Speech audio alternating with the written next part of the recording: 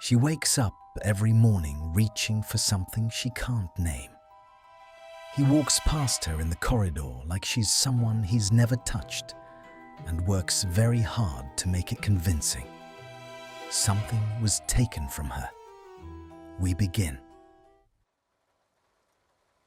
The dream never had a face. That was the thing that frightened her most. Not the darkness of it, not the sensation of falling that sometimes accompanied the worst nights, but the absence, the careful, surgical removal of something that should have been there. She would wake with her hands already reaching, fingers curved around the ghost of a grip that had no name, and lie in the grey pre-dawn stillness of her dormitory, listening to the sound of Parvati breathing 3 beds away, trying to locate the source of the ache behind her sternum. It felt like grief. But Hermione Granger had catalogued grief before, had lived inside it during the war, had worn it like a second set of robes for months after. And this was different. Grief had a shape. Grief had a face and a date and a cause. This thing that lived in her chest before she was fully awake had none of those anchors.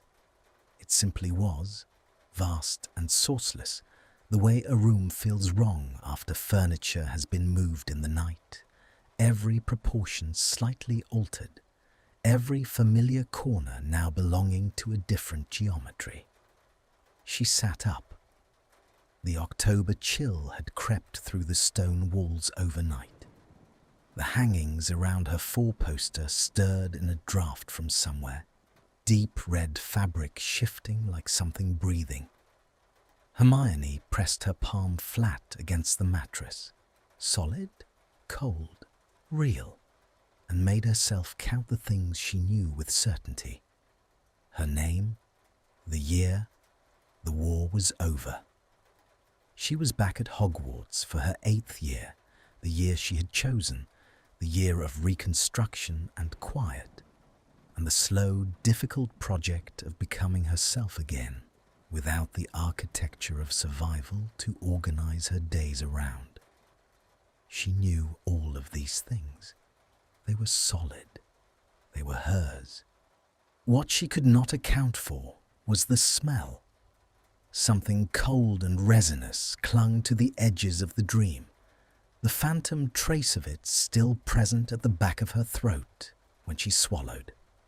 Pine and something sharper underneath, like ozone after a hex discharged too close, like winter air through a window left open over snow. She had smelled it before, not in a memory she could retrieve, but in the way the body sometimes knows things the mind has been persuaded to release. The scent of it lived in her nerves, not her recollection, a piece of knowledge that had survived whatever editing had taken place in some part of her she couldn't access. She got up before the others woke. She did this most mornings now. The solitude of the early castle had become something she guarded. These quiet hours when the corridors belonged only to torchlight, and the portraits still drowsed in their frames, and the stones held the cool silence of something very old and very patient. She wrapped herself in her dressing gown, tucked her wand into the pocket by habit. Old habit, wartime habit, the kind that had survived everything, and slipped out of the dormitory. The common room was empty.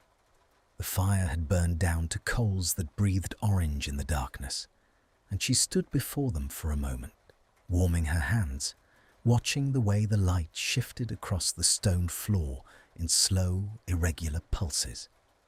She had taken to carrying a small journal, not for essays, not for notes. She had separate notebooks for those, organized by subject with color-coded tabs. This one was different. She had begun it 3 weeks into the term, after the 5th or 6th morning of waking with that sourceless ache, because she had decided that the most rational response to an inexplicable experience was documentation. She opened it now, sitting cross-legged on the hearthrug with the firelight warming the left side of her face. October 14th. The dream again. No new detail, still no face. The same sensation of, she paused, the quill hovering. Of being held, she wrote finally, the word costing her something she couldn't quantify. Not held as in restrained, held as in chosen. The distinction matters, and I don't know why. She read it back. Her own handwriting looked strange to her in the firelight, as if someone else had formed the letters. Physical sensation upon waking, pressure across the left hand, specifically the fingers. Recurring, the same pressure as yesterday and the day before. As if my hand is remembering something my mind has been prevented from accessing. She stopped again. Prevented. That was a new word. She had not used that word before, had told herself forgotten, had told herself dream residue, had allowed herself the comfortable vocabulary of ordinary sleeplessness. But sitting here in the pre-dawn quiet with the journal open on her knee, Hermione found she could no longer sustain the comfortable explanation. She knew what memory charms felt like. She had cast one. On her own parents, in a moment of such desperate love and such desperate terror that she could still feel both of those things simultaneously when she let herself think about it. The way her wand hand had trembled, and the way she had refused to let it, the way her mother had looked at her without recognition, and how Hermione had not cried until she was 3 streets away. She knew what forgetting looked like from the outside. She was beginning to suspect she knew what it felt like from the inside. The great hall at breakfast was loud in the particular way of October mornings. Quidditch trials recently posted, the energy of competitive ambition threading through the 8th year table like a current. Hermione sat with her toast and her copy of Magical Theory Reconsidered, and made a credible performance of reading it while she watched. She told herself she was not watching him. Draco Malfoy sat at the far end of the Slytherin table. He had done this since the start of term, positioned himself at the periphery of his own house, neither fully among them nor apart, an arrangement that read, to anyone paying attention, as careful, deliberate. The table around him had organized itself in response. His former inner circle dispersed and diminished, a handful of 8th year Slytherins maintaining what Hermione could only describe as a respectful radius. He was not looking at her. He rarely looked at her, and that was the thing she kept returning to, the detail that snagged. Because in all the years she had known Draco Malfoy, not looking at her had never been his mode. His hostility had always been direct, performative, interested in its way. He had watched her in the manner of someone who needed to know where she was in the room at all times, which she had always attributed to competitive contempt. But this year, the quality of his not looking was entirely different. This year, it was effortful. She could see the effort from 20 feet away. As if feeling the quality of her attention, he reached for his coffee cup. His jaw was set at an angle she associated with suppression. She had no idea how she knew that, only that she did. The same way she knew that particular cold and pine scent belonged to something she had been made to release. She looked back at her book. The words arranged themselves on the page without entering her mind. It happened in the corridor outside the library after dinner. She had stayed late. Naturally, inevitably, because the library was the one place in the castle that had always made complete and reliable sense to her. Its logic of organization, a comfort she didn't have to justify. She was moving through the third-floor passage with an armful of books when she heard his footsteps, and she knew them. Before she had any rational basis for recognition, the particular cadence of them against the stone registering somewhere below conscious thought. She turned too quickly. A book slid from the top of the stack. He caught it. The movement was automatic, reflexive. He had been passing her, clearly intending to pass her without acknowledgement, and the book had simply fallen, and his hand had simply moved, the way hands do when something falls. And now he was standing 18 inches away, holding her copy of Advanced Arithmetic Theory, with an expression that suggested he found this personally offensive.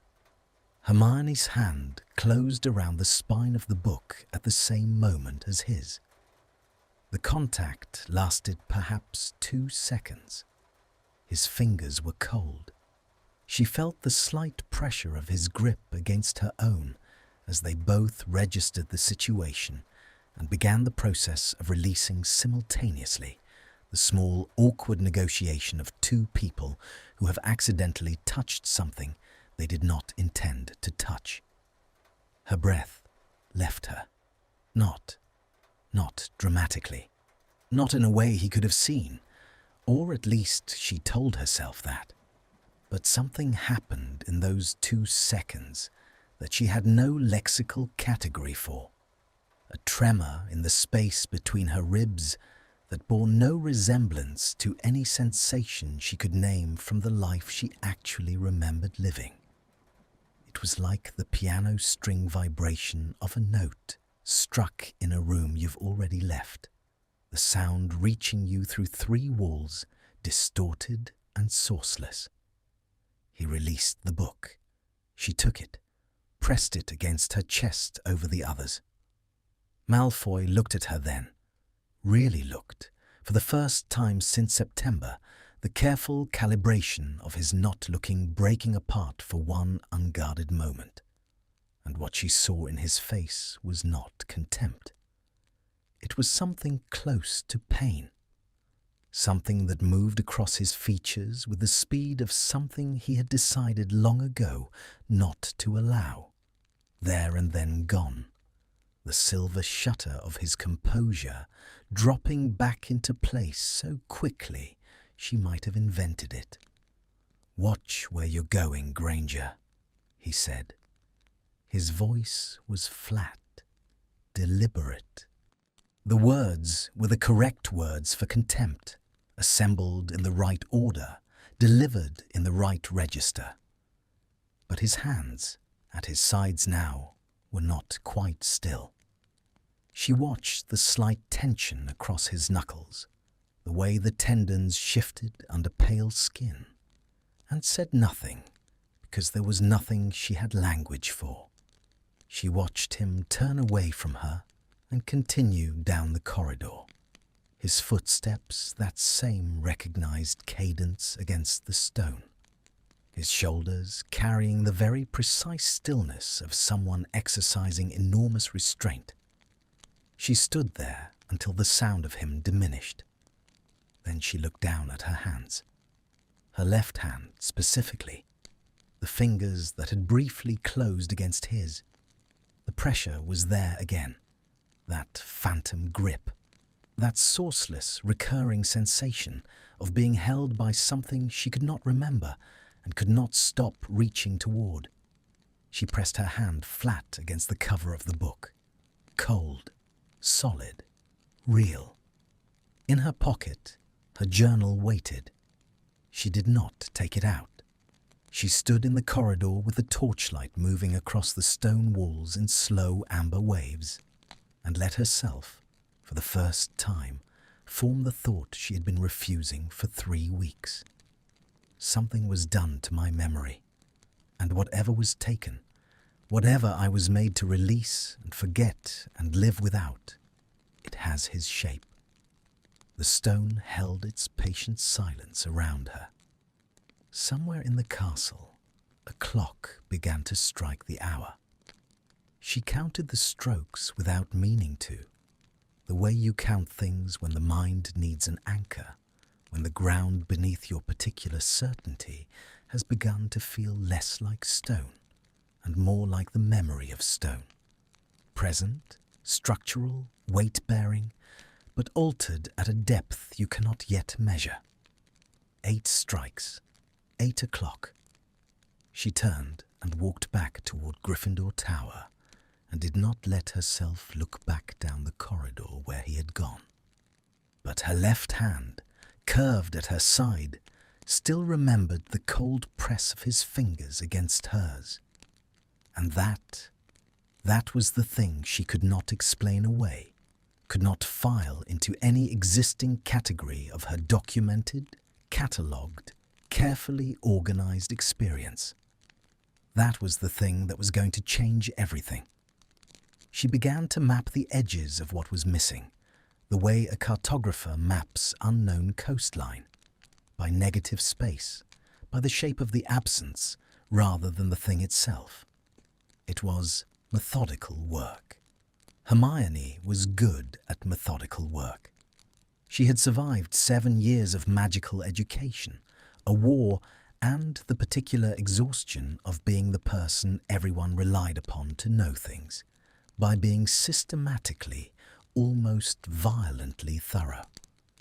So she applied that same precision now, in the hours between midnight and the first grey suggestion of dawn, cross-legged on her bed with her journal open across her knees, and her silencing charm laid carefully over the dormitory so that the scratch of her quill would not wake the others.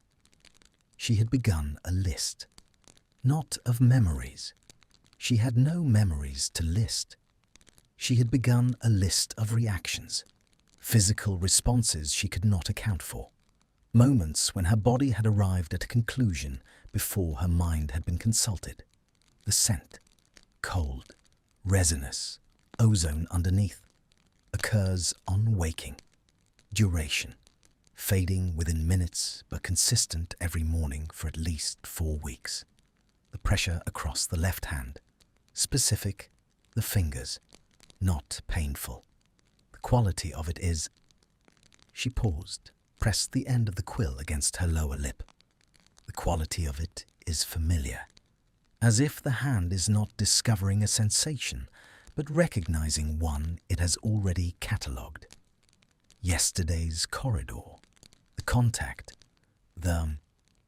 She stopped again, and then wrote it because the point of the journal was honesty, the resonance afterward, like a frequency, like something in the chest responding to something external that should not have had the ability to produce that response.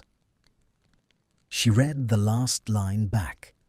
Underlined should not have had the ability. Below it, she wrote one more line. He knew it too. I am certain of this. I cannot yet explain how I am certain, but I am. The certainty had its own particular discomfort. She spent the first week of October telling herself she was constructing narrative from coincidence, that she was a person prone to pattern recognition, that her mind, deprived of the academic intensity of wartime and the singular focus of survival, had turned its considerable machinery on available material and manufactured significance where none existed. She had read about this phenomenon. She had read about most phenomena. The literature on pareidolia, on apophenia, on the human tendency to locate faces in static and intention in chaos was extensive, and she had found it thoroughly convincing. She found it substantially less convincing at 3 a.m. with the evidence arranged in her journal.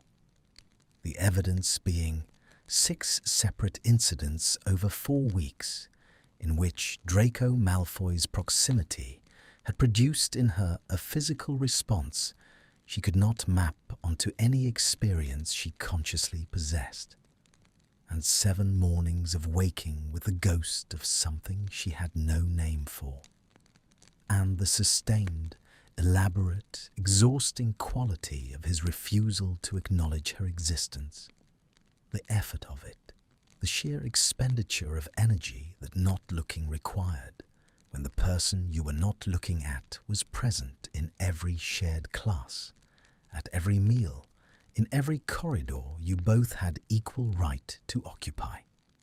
Normal contempt did not require that much architecture. She had known his contempt. She had studied it for 7 years with the involuntary thoroughness of someone who sits close enough to an unpleasant thing to learn its every feature. His contempt had been careless in the way of someone who had never needed to consider whether the object of it might have standing. It had been easy. Ambient? This was not ambient. This was deliberate, and deliberateness implied awareness, and awareness implied that when he looked away from her, it was because he had chosen to look away, which meant he was deciding, repeatedly, consistently, many times each day, not to look at her. The question that kept her awake was why. The answer, or the beginning of one, the frayed thread end of something much larger, came from a direction she had not anticipated. It came from Pansy Parkinson. They had arrived at a kind of armed neutrality, she and Pansy, in the way of people whose animosity has been rendered absurd by larger events. The war had a way of doing that, of making the particular cruelties of adolescence feel like a different country, one you could barely remember the currency of. Pansy was sharp and self-interested, and had been capable of genuine viciousness, and Hermione did not like her. But she had also watched Pansy navigate the aftermath of choosing the wrong side at 17 with a rigid, furious dignity that Hermione found not admirable exactly, but legible. They shared potions. They had been paired by Professor Slughorn in the 2nd week of term with the particular randomness of someone who had decided that the 8th year class required strategic mixing, and they had reached, after 3 sessions of tightly controlled mutual wariness, an arrangement that prioritized the practical completion of the work over any other consideration. On the Thursday after the corridor incident, Pansy set down her stirring rod and said, without preamble and without looking up from the cauldron, "You should stop watching him." Hermione's jaw tightened. She continued measuring powdered bicorn horn. "I don't know what you're referring to." "Yes, you do." Pansy's voice was not unkind, which was somehow worse than unkindness would have been. "I'm not telling you off. I'm warning you." "About what, precisely?" The cauldron between them breathed pale green vapour.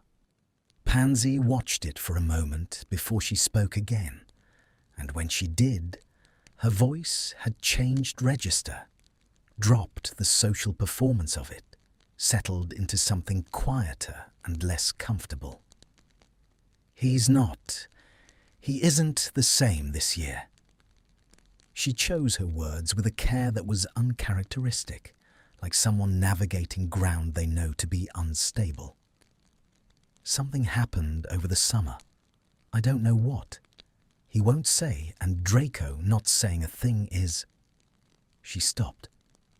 "I've known him since we were 7 years old. I know when he's carrying something." Hermione set down the measuring spoon. "Why are you telling me this?" Pansy looked at her then, directly, with those dark eyes that missed less than people assumed. Because you keep looking at him like you're trying to remember something, and he keeps looking at you like he's trying to forget. The potions classroom held its collective noise around them, the bubble and breathe of 24 cauldrons, Slughorn's distant murmur as he circulated, the particular smell of active brewing, sulphur and sweetness, and the acrid top note of something burning 3 tables over. Hermione said carefully, "What does he look like when he looks at me?" Pansy picked up her stirring rod again. "Like it costs him something." She paused. "Every single time." She replayed that conversation for the rest of the day, like he's trying to forget. She turned it over in lectures, in the margins of her transfiguration notes, in the silent examination of her own responses during dinner, when she allowed herself, once, a single measured glance across the hall. He was eating without particular attention to the food, his eyes on the middle distance, jaw carrying that same quality of deliberate stillness she had catalogued in the corridor. Like it costs him something, every single time. She looked down at her plate. The thought that was forming was not comfortable. It had edges. If her memory had been altered, if something had been excised from her understanding of her own history, then the shape of the missing thing was becoming, with each new piece of evidence, increasingly and terrifyingly specific. Not an event, not a moment, something with duration, something that had left fingerprints on the way she breathed when he was within 18 inches of her, something that had taught her hands to recognize the cold press of his fingers without being told. Something that he remembered, and she didn't. The asymmetry of it made her chest contract. The fundamental inequity of it, that he was walking through every shared space, carrying the full weight of whatever had happened while she moved in the clean, terrible blankness of enforced forgetting. She thought about the way his hands had not been quite still in the corridor. She thought about what Pansy had said, like it costs him something. She pushed her food aside and took out her journal and wrote, in the middle of her transfiguration notes, in handwriting that was slightly less controlled than usual. "He knows what I don't. He's carrying something I was made to put down. And his hatred, if it is hatred, is pointed in the wrong direction for actual hatred. It bends toward me and then breaks off. It's careful. Actual hatred is not that careful." She looked at the words. Then she wrote below them, "I need to find out what was done to my memory, and I need to do it before the not knowing becomes the kind of weight that changes the shape of a person permanently." The opportunity arrived the following evening, with the particular irony of things that happen when you have been preparing for them without admitting it. She was in the library. Of course, she was in the library. In the restricted section with a permission slip from Professor McGonagall for a paper she was writing on the ethics of memory magic post-war. The irony of the research topic was not lost on her. She had chosen it in the first week of term, before the dreams had acquired their current urgency, and she was now 3 weeks into source material that felt increasingly personal. She had been there perhaps an hour when she heard the door. She did not look up immediately. The restricted section had its own acoustic quality, the shelves closer together, the books on them restless in their own specific ways, the occasional rustle of a volume shifting or muttering, and footsteps in it had a muffled directional ambiguity. She registered the sound and continued reading.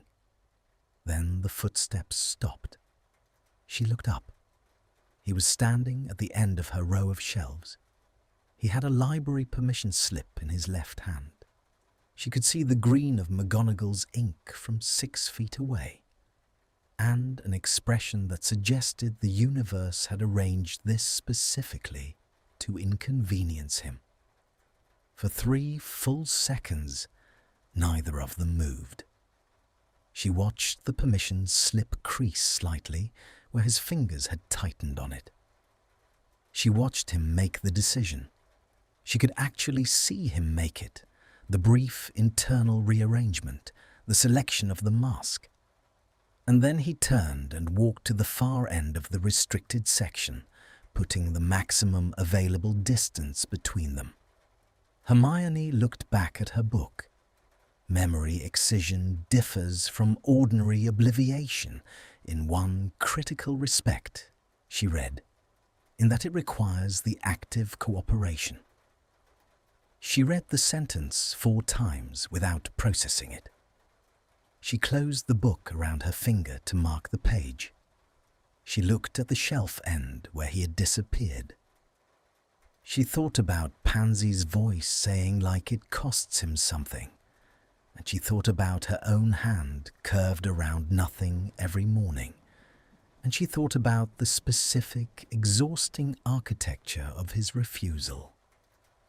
And then, before the careful part of her mind could construct a sufficient argument against it, she stood up. She walked to the end of the restricted section. He was crouched before the lower shelves, running his finger along the spines of a row of books. He did not look up when she stopped behind him, but his hand went still against the spines. "What do you want, Granger?" Not a question. The flat, declarative exhaustion of someone who has been waiting for a thing to happen. "What did you do to my memory?" The silence that followed was the kind that has physical mass. She felt it against her skin, the atmospheric pressure of it, the way the restricted sections seemed to hold its breath around them. Slowly, Malfoy stood. He turned around. He was close in the narrow aisle, closer than the corridor had been, and the library light was low and amber, and it found the planes of his face and cast the hollows beneath them into something that looked, for one suspended moment, unbearably tired. He looked at her for a long time. She held herself still and let him look, because this was the first moment in 7 weeks that the careful machinery of his not seeing her had fully ceased operating, and she was not going to move and break it. His jaw worked slightly. She watched it. She watched the small muscles at the hinge of it tighten and then release. "You don't want to know," he said finally. His voice had lost its performance entirely.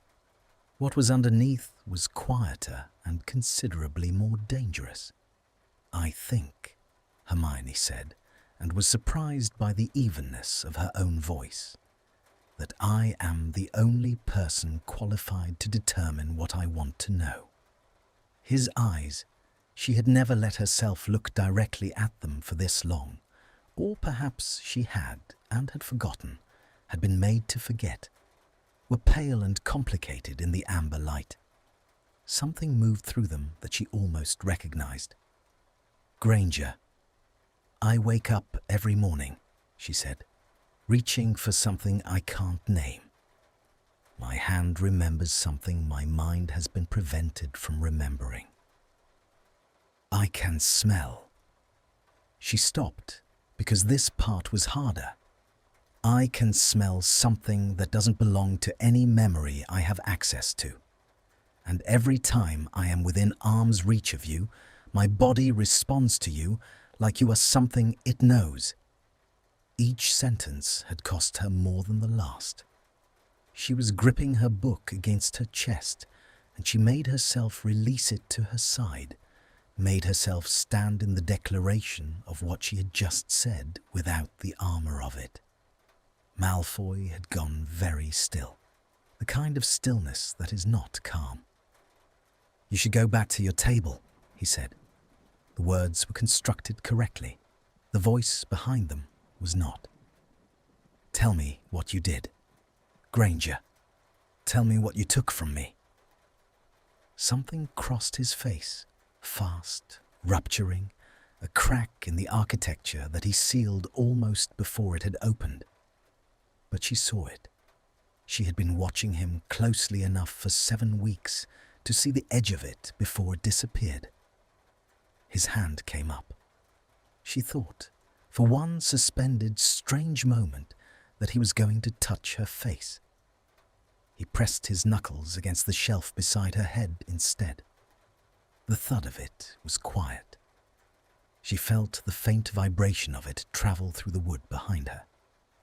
"You asked me to," he said, very quietly, the words stripped of every layer he usually kept over them. The restricted section breathed its old paper secret-keeping breath around them. Hermione felt the words land, felt them rearrange something. "What did you just say?" But the door of the library opened then. Voices, students returning from dinner, the ordinary world reasserting its claim on the space. And Draco Malfoy straightened, and whatever had been briefly, dangerously present in his face was gone. He picked up the book he had come for without looking at its spine. He walked past her toward the exit, close enough that she caught it.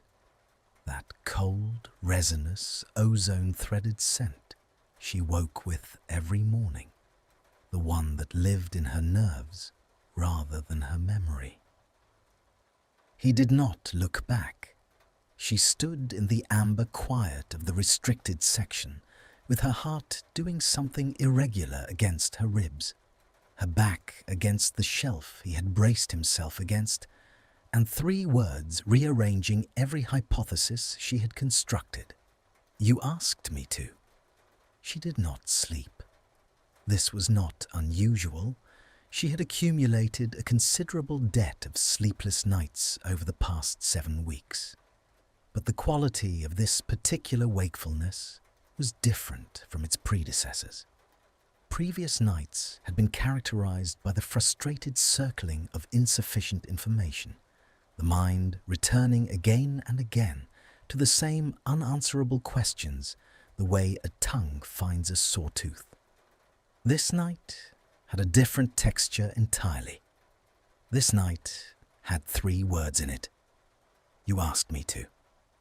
She lay on her back in the dark and examined them from every angle available to her.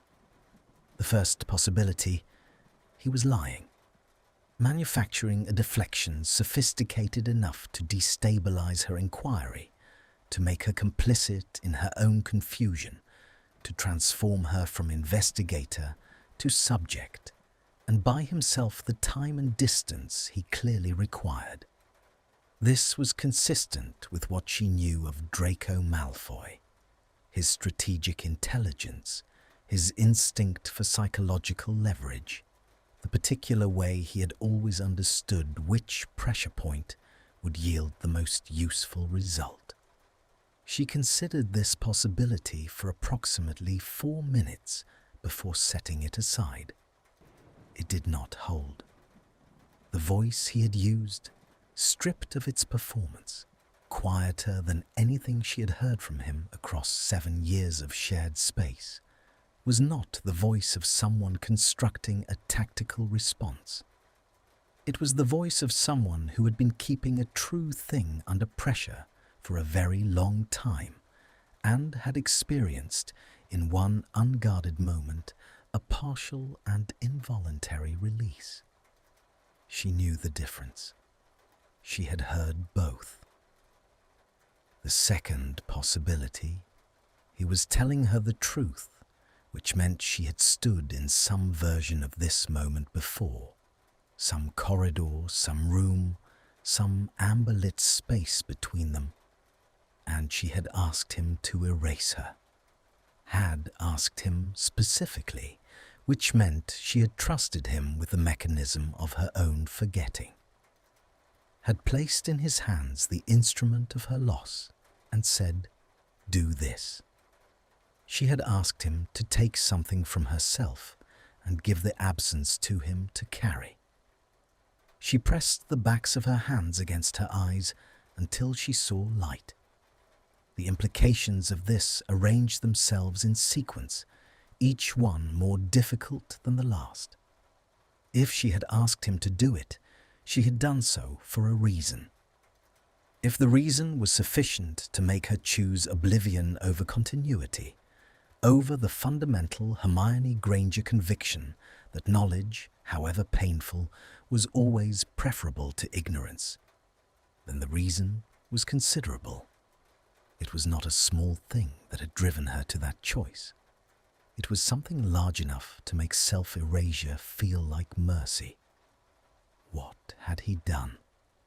She turned onto her side and drew her knees toward her chest and lay in the dark, listening to Parvati's steady breathing, and let herself hold the question without trying to immediately answer it, which was one of the hardest things she knew how to do.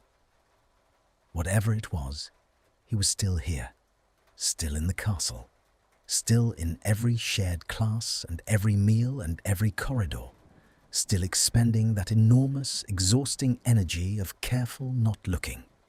Still, she thought of Pansy's voice, like it costs him something every single time, still paying for it in whatever currency guilt extracted from a person who had enough of it to begin with.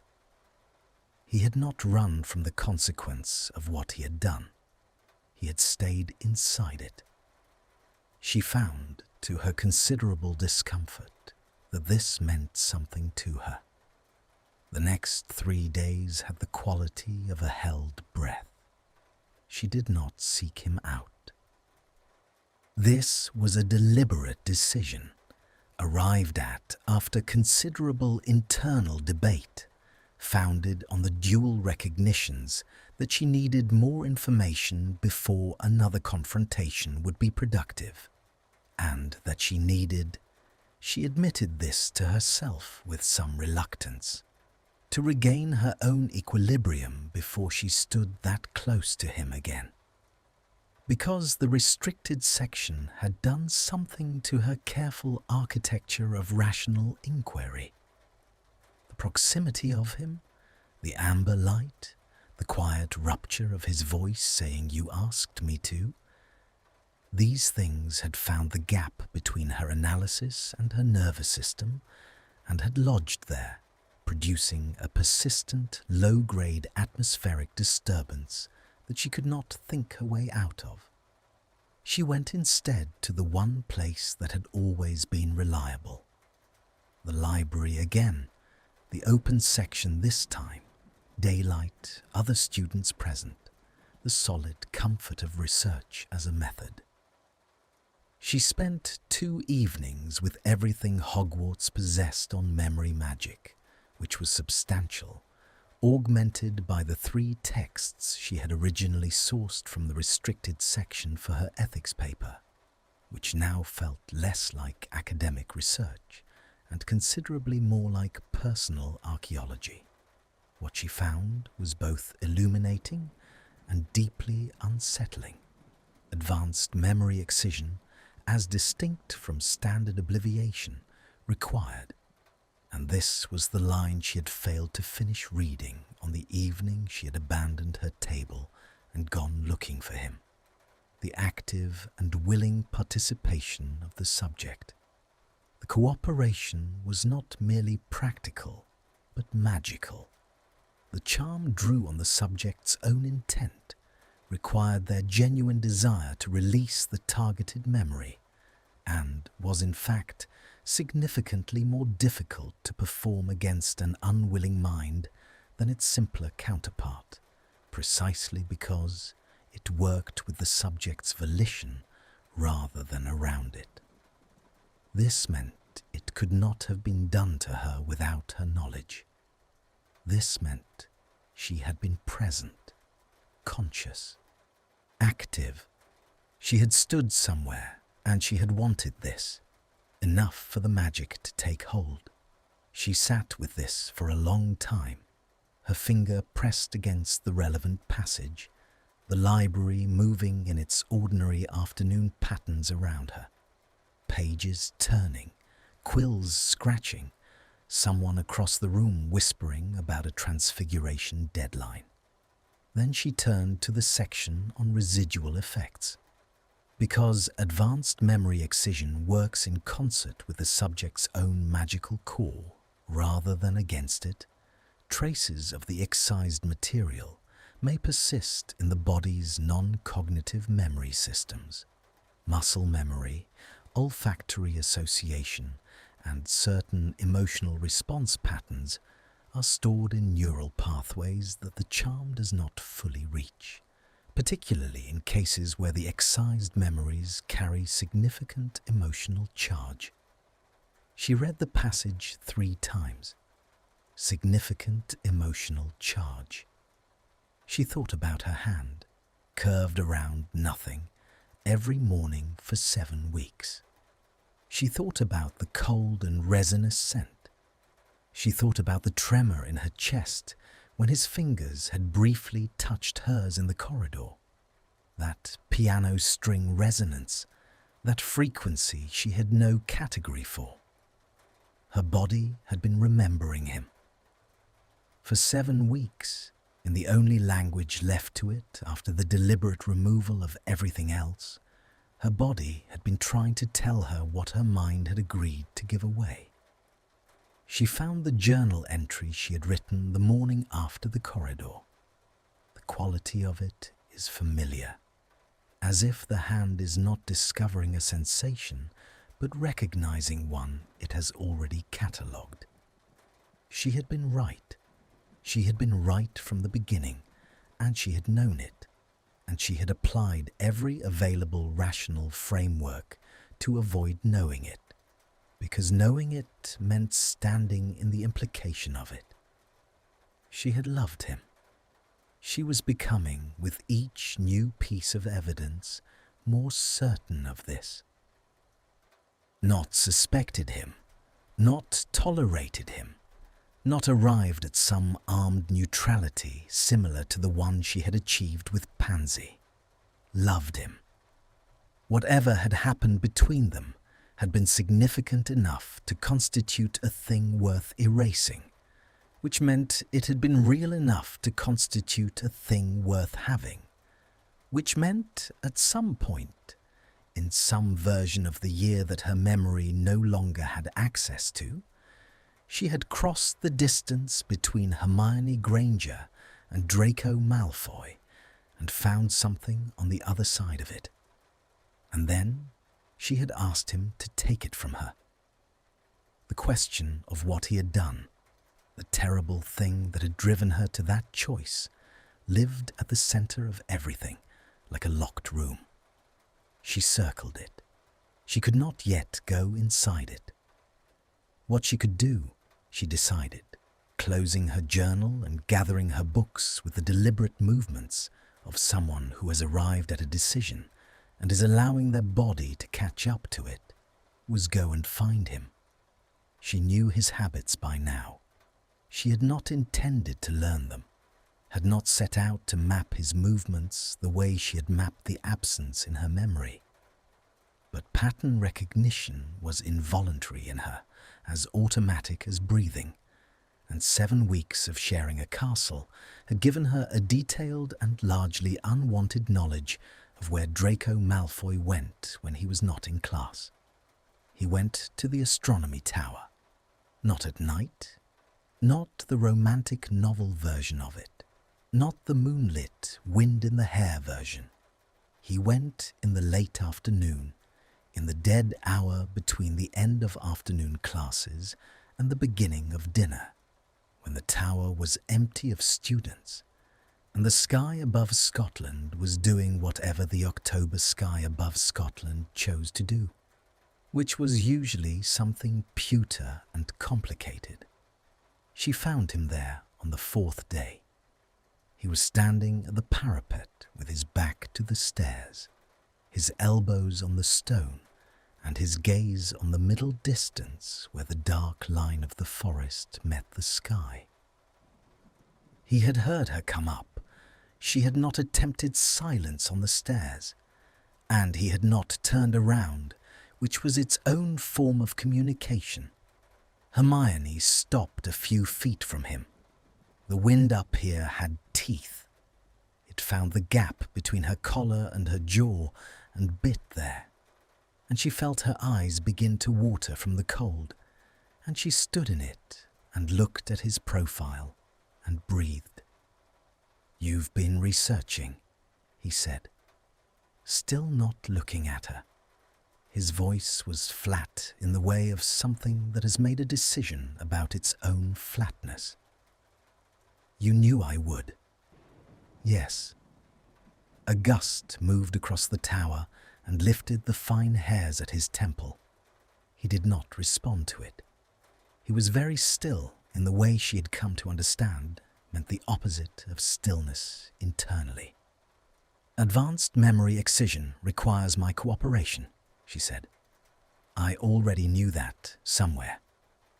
I've been calling it prevented in my notes, but the books confirmed it, which means I was present. I chose it." "Yes."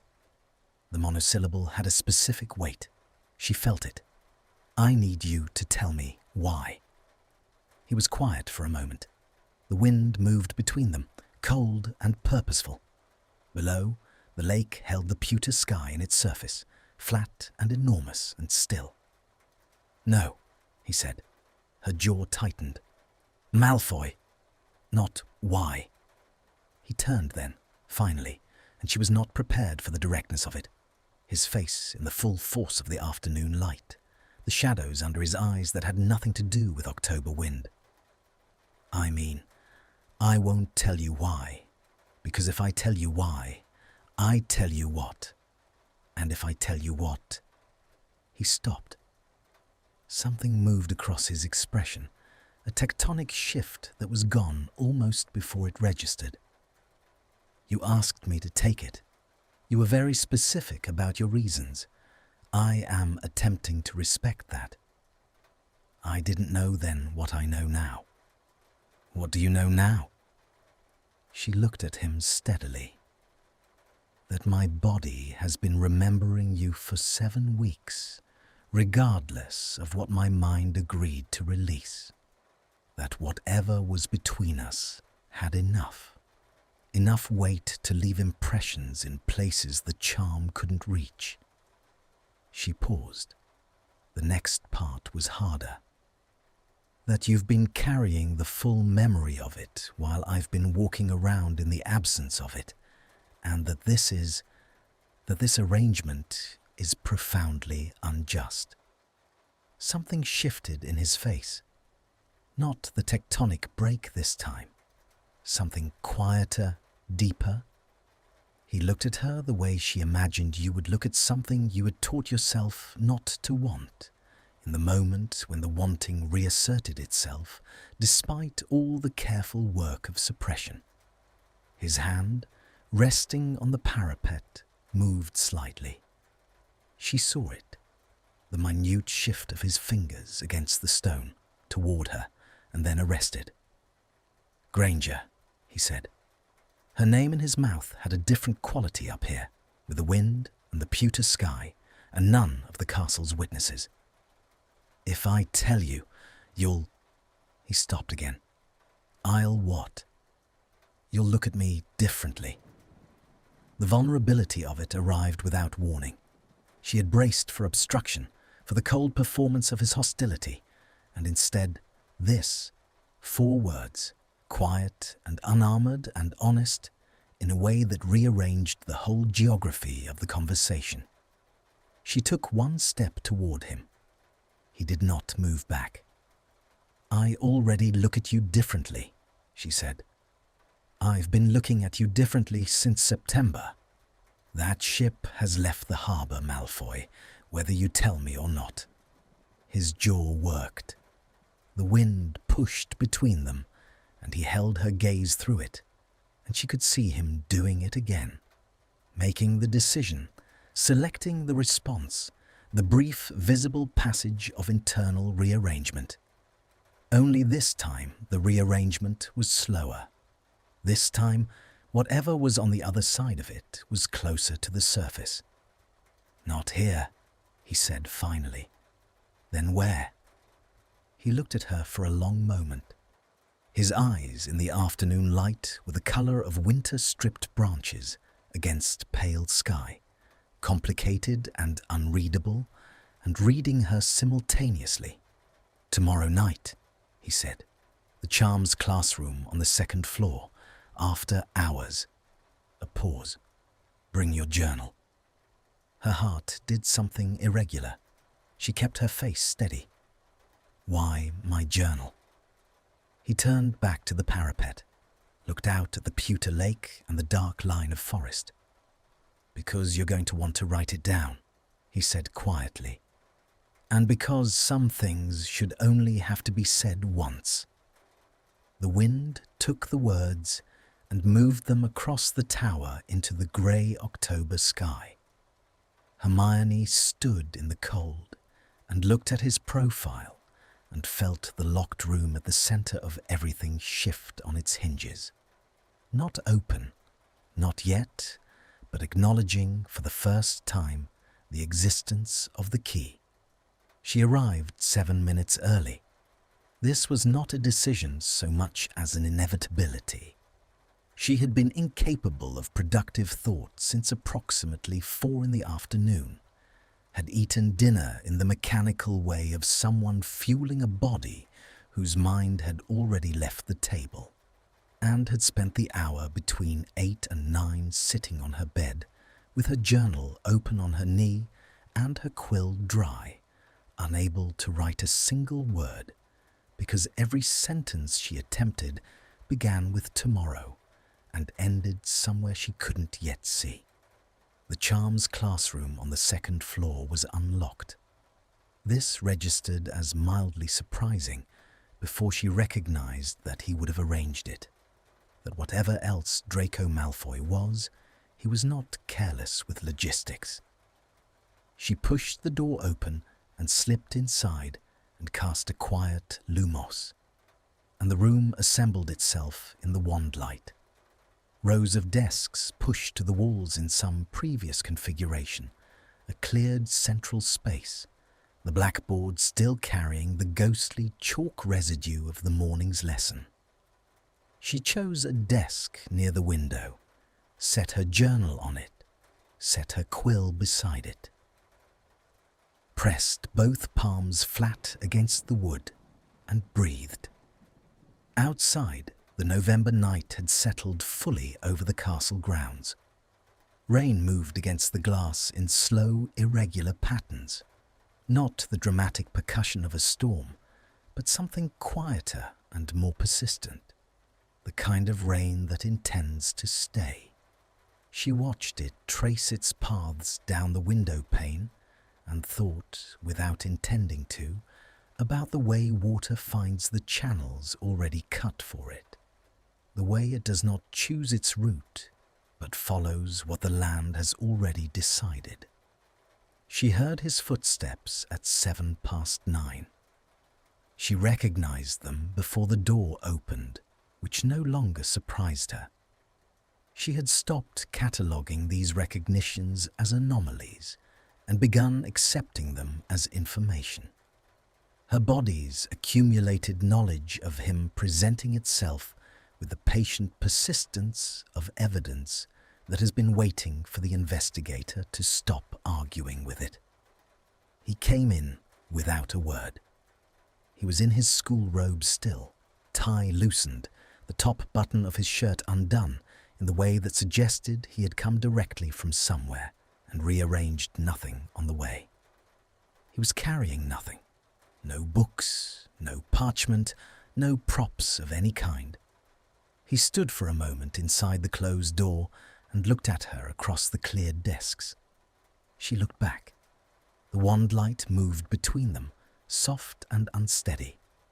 The rain continued its quiet work against the glass.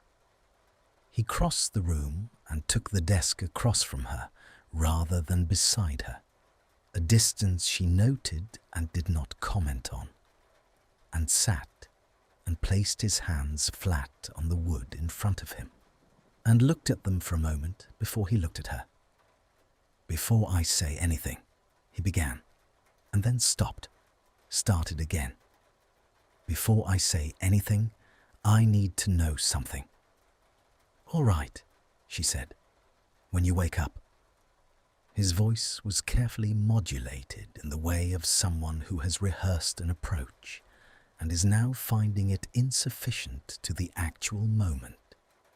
"When you wake up and reach for, when you said your hand remembers something, how long does it last? The sensation." She had not expected this to be the opening. "A few minutes. It fades as I become fully conscious." He nodded slowly, as if she had confirmed something. "Does it—" He stopped. The muscles in his jaw shifted. "Does it hurt?" The question arrived without armor. She felt it. "Not the way you mean," she said, carefully honest. "It's more like the feeling of a word that won't come, the shape of something just past the reach of it. It's frustrating, and there's a kind of grief in it, but it's not. It doesn't have the acute quality of pain. It's more like a low register, a persistent frequency." He looked at his hands on the desk. "Good," he said quietly. Then, as if hearing himself, "I mean that it's better that it doesn't, that the residual effects are—" He stopped, reset. "I was worried it would be worse." The implication of this landed. He had thought about it, had spent weeks, presumably, calculating the fallout of what he had done with the careful attention of someone who understood the mechanics of what they had set in motion. He had been carrying not just the memory, but the anxiety about its aftermath. "Tell me from the beginning," she said. He looked up at her. The wand light found him, and was not kind in the way that honesty is not kind. It showed the shadows beneath his eyes that she had first noticed in the astronomy tower, the particular exhaustion of someone who has been sleeping alongside a difficult truth. "The beginning," he repeated. "Yes." A silence. The rain. The chalk ghost blackboard. The unsteady light. "Last year," he said. "After the war. When everyone came back for the 8th year. It wasn't—" He frowned slightly, and she recognized the expression as the search for precision, the same look she sometimes caught in her own reflection when a word wasn't arriving correctly. It wasn't immediate. It was nothing at first. "We were just in proximity, the way you're in proximity to someone when you share a castle, and all the particular cruelties of history have been rendered too exhausted to sustain themselves." She knew what he meant. She had lived that proximity. "We were paired in arithmancy," he continued. "Professor Vector's idea of post-war social engineering. We didn't speak for the first 3 weeks except functionally. You corrected my calculation on the second session, and Something crossed his face that was almost wry, almost the shadow of something lighter. "I didn't say thank you, but I also didn't say anything else, which was, for me at the time, essentially a peace treaty." Hermione felt the corner of her mouth move slightly. She kept her face neutral. It progressed slowly. He said this with the care of someone measuring each word's weight before committing it to the air. Weeks of functional interaction becoming something else, something that had a different texture. "I noticed things about you that I didn't, that weren't the things I had spent 6 years noticing. Not your house or your blood, or the particular quality of your correctness that I had built a persona around finding intolerable. He paused. The way you press your thumbnail against your lower lip when you're working through a problem. The way you're genuinely annoyed when someone gets to an answer before you, even when the someone is yourself 30 seconds later. The way you treat difficulty as an offense to be personally remedied.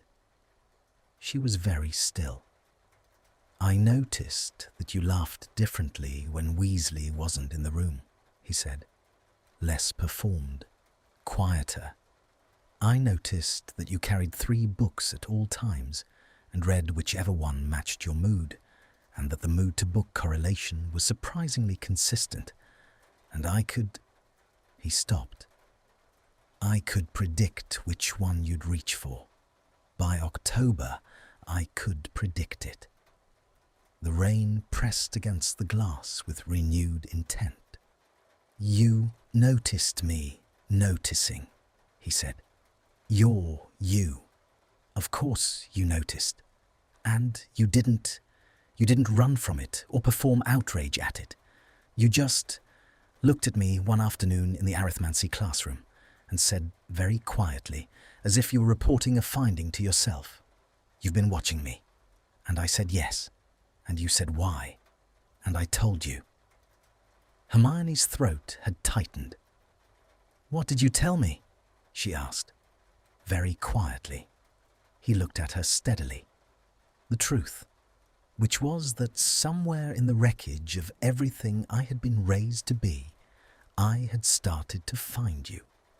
Not interesting in the way I had always told myself I found you interesting, which was the particular interest of wanting to dismantle something, but interesting in a way that had no agenda in it. That I found you remarkable, that it was involuntary and inconvenient, and that I had tried considerably to make it stop. The wand light flickered. She did not look away from him. "And," she said, because there was clearly an and. "And you told me," he said, "that you had 14 reasons it was a terrible idea. And then you stayed in the classroom for 2 hours after the lesson ended and we talked. And at the end of it, you only had 11 reasons." Something in her chest performed a movement she had no name for. "Over the following months," he said, his voice carrying now the quality of a recitation, something committed to memory and recited carefully to prevent the emotion in it from exceeding containable levels. The 11 became fewer. By December, there were 4. By January, there were 2. He paused. By February, there was 1, and it was a real one, and we both knew it, and we stayed in it for a long time because it was real and deserved to be respected. What was the one reason? He looked at her. The pause before he spoke was the length of a decision. That I had been capable of the things I had been capable of, he said. That the person I had been up until the age of 17 was a person whose decisions had produced real wreckage in the world. That you were part of that wreckage. That no amount of what had grown between us could undo the arithmetic of it. The room held its breath. "But it didn't stop," she said. Not a question. It didn't stop. He looked at his hands again. It had a momentum that didn't consult either of us about whether we were ready. By March, it was something I don't have a word for that isn't too small. And you had stopped bringing up the one reason, and I allowed myself to believe that you had decided to live with it. Hermione knew with absolute certainty that the terrible thing was coming. She could feel it in the change of register in his voice, the almost imperceptible way his shoulders had altered their angle, the return of that quality of stillness that meant its opposite. "What did you do, Malfoy?" His eyes came up to hers. "There was a letter," he said, "from my father. He was still in Azkaban awaiting the final tribunal. This was April, and he had people still outside who acted on his instructions without troubling him for specifics. He sent me a letter warning me that my attachment to you had been noted, that it reflected a misalignment of priorities that he found, in his word, correctable." His voice did not change. "I didn't take the warning seriously enough. I thought the war had defanged him. I thought the tribunal and Azkaban and the loss of everything had reduced him to someone who could send letters with menacing language, but not much else. The silence between them had a different quality now. She felt it against her skin. "I was wrong," he said. "He couldn't hurt you directly. There were too many eyes, the Ministry watching all the former Death Eater families. But he had someone access your academic file, your transcripts, your pending application to the Aura program." A pause. They were altered, substantially. The kind of alteration that, presented to the right ministry official with the right suggestion about the reliability of a Muggle-born's loyalties in the post-war climate, would have... He stopped. "Would have ended it," Hermione said. Her voice was steady. She was very distantly surprised by this. "Permanently. And not just the Aura program. The implication would have spread. Your reputation, your career prospects, your standing in a world that was still deciding how to value what you were." He looked at her with an expression she was going to need time to properly inventory. "I found out when it was already done. I spent 6 days trying to undo it. I used every remaining connection my family name still carried, called in obligations, went to people I had no right to ask anything of. I managed to suppress most of it, enough that it would never surface. But those 6 days..." "You didn't tell me," she said. "No. While you were managing it, while you were calling in obligations and visiting people, you didn't tell me what had happened." "No." She looked at him. Her hands were very still on either side of her journal. "Why?" The answer cost him something visible. "Because if I told you, you would know that being with me had produced a concrete threat to everything you had built and everything you were building. And I knew." His jaw tightened. "I knew that you would tell me it wasn't my fault. You would say it was your choice, that you weren't responsible for what my father did, that the risk was yours to decide. And I also knew that you would be saying it because you loved me, and that love would make you willing to accept a risk you shouldn't have to accept. And you decided," Hermione said carefully, "that you knew better than I did what risks were acceptable to me." The silence that followed was not comfortable.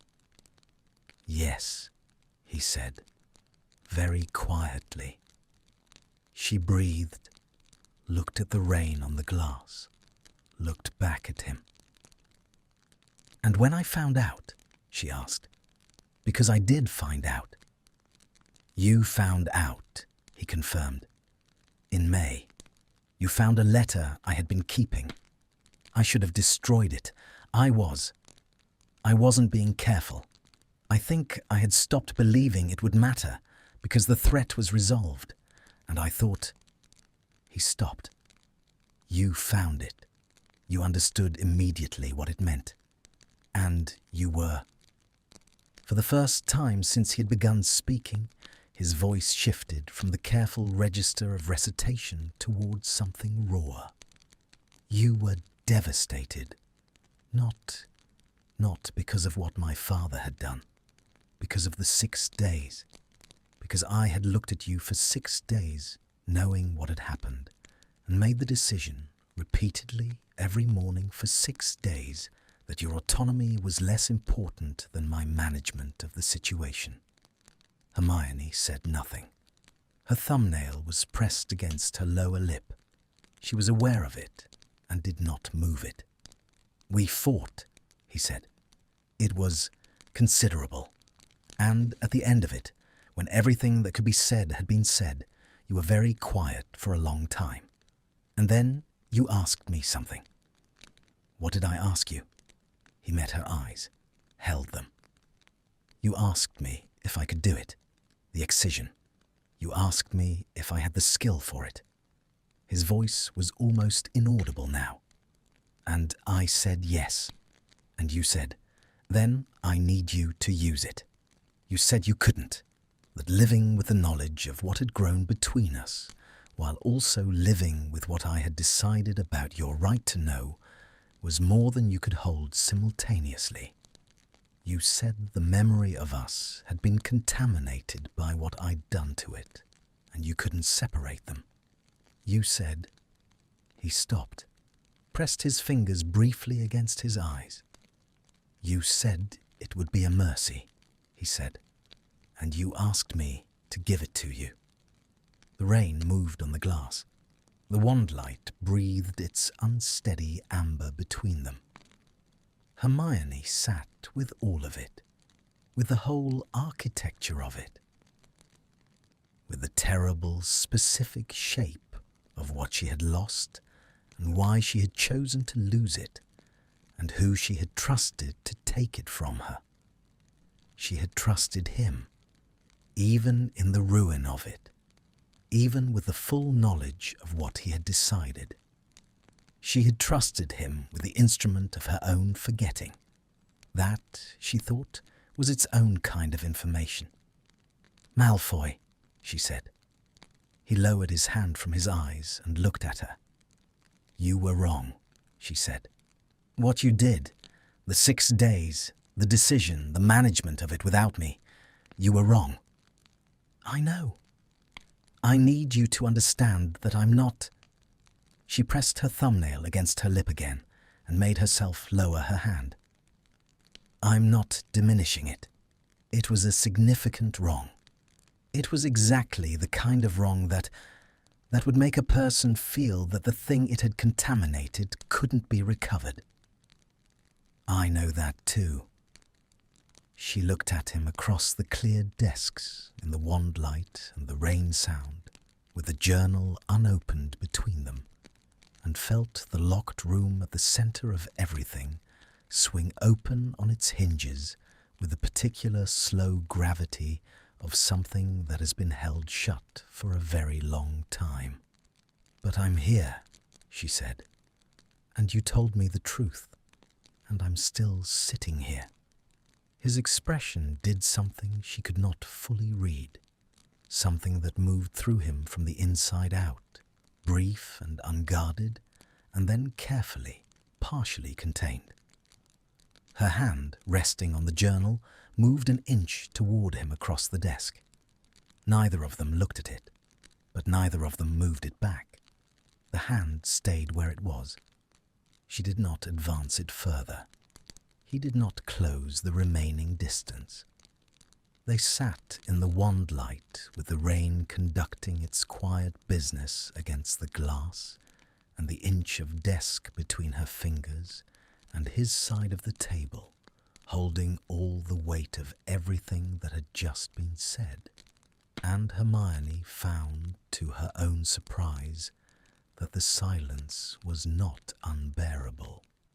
It had the quality of something earned, a silence that existed on the other side of truth-telling, which was a different country from the silence of avoidance.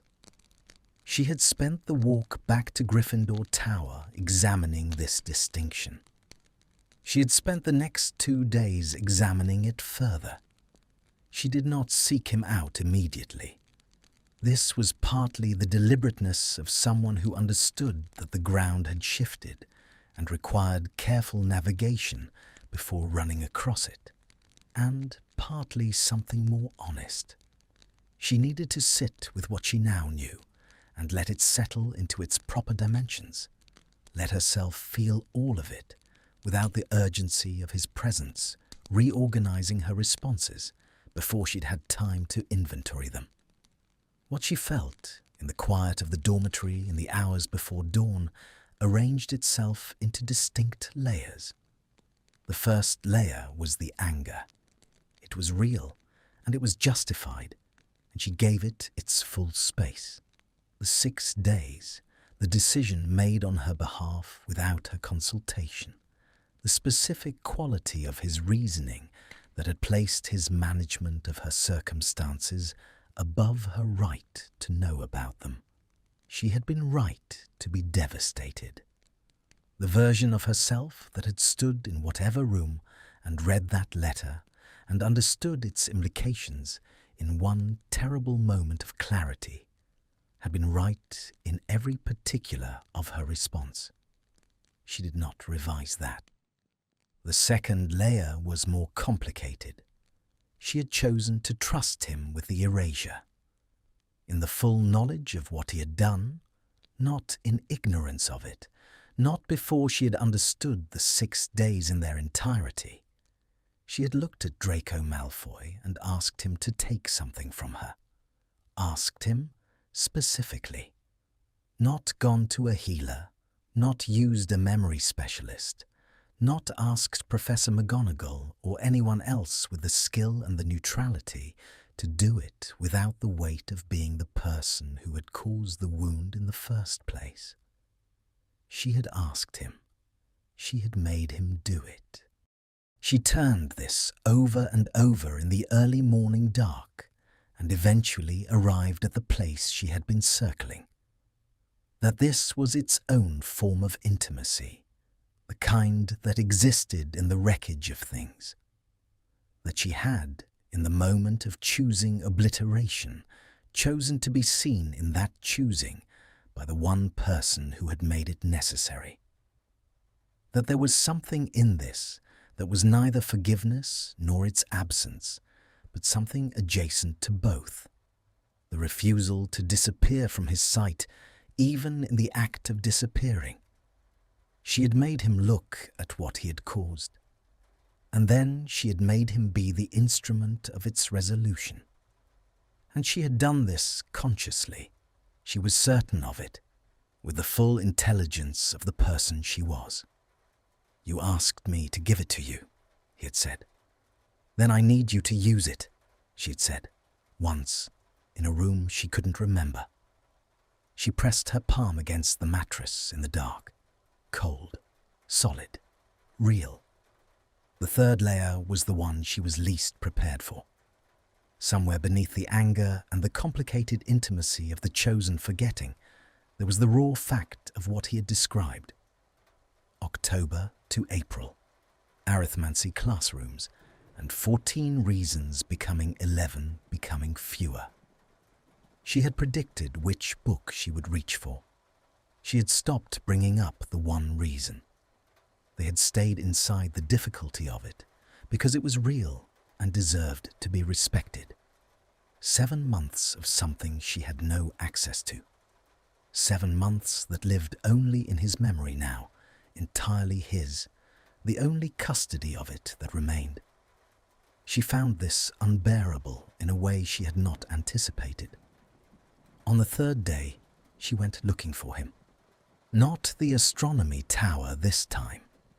The afternoon was bright and cold. The kind of November day that occasionally remembers it was once October and makes a brief, clear-skied effort in that direction. And she found him on the grounds, walking the perimeter of the lake with his hands in his robe pockets, and his breath making small clouds in the still air. She fell into step beside him without preamble. He glanced at her sideways, said nothing, but he did not alter his pace or change direction, which she took as the invitation it probably was. They walked in silence for a while. The lake to their left was flat and silver in the afternoon light, the surface occasionally disturbed by something moving underneath. The giant squid, probably, or the particular atmospheric pressure of November settling into the water. The beech trees on the far bank stood bare and architectural against the pale sky. "I've been thinking," she said. "I know," he said. "You've had your thinking face for 3 days." She registered this. "You've been watching me." Old habit.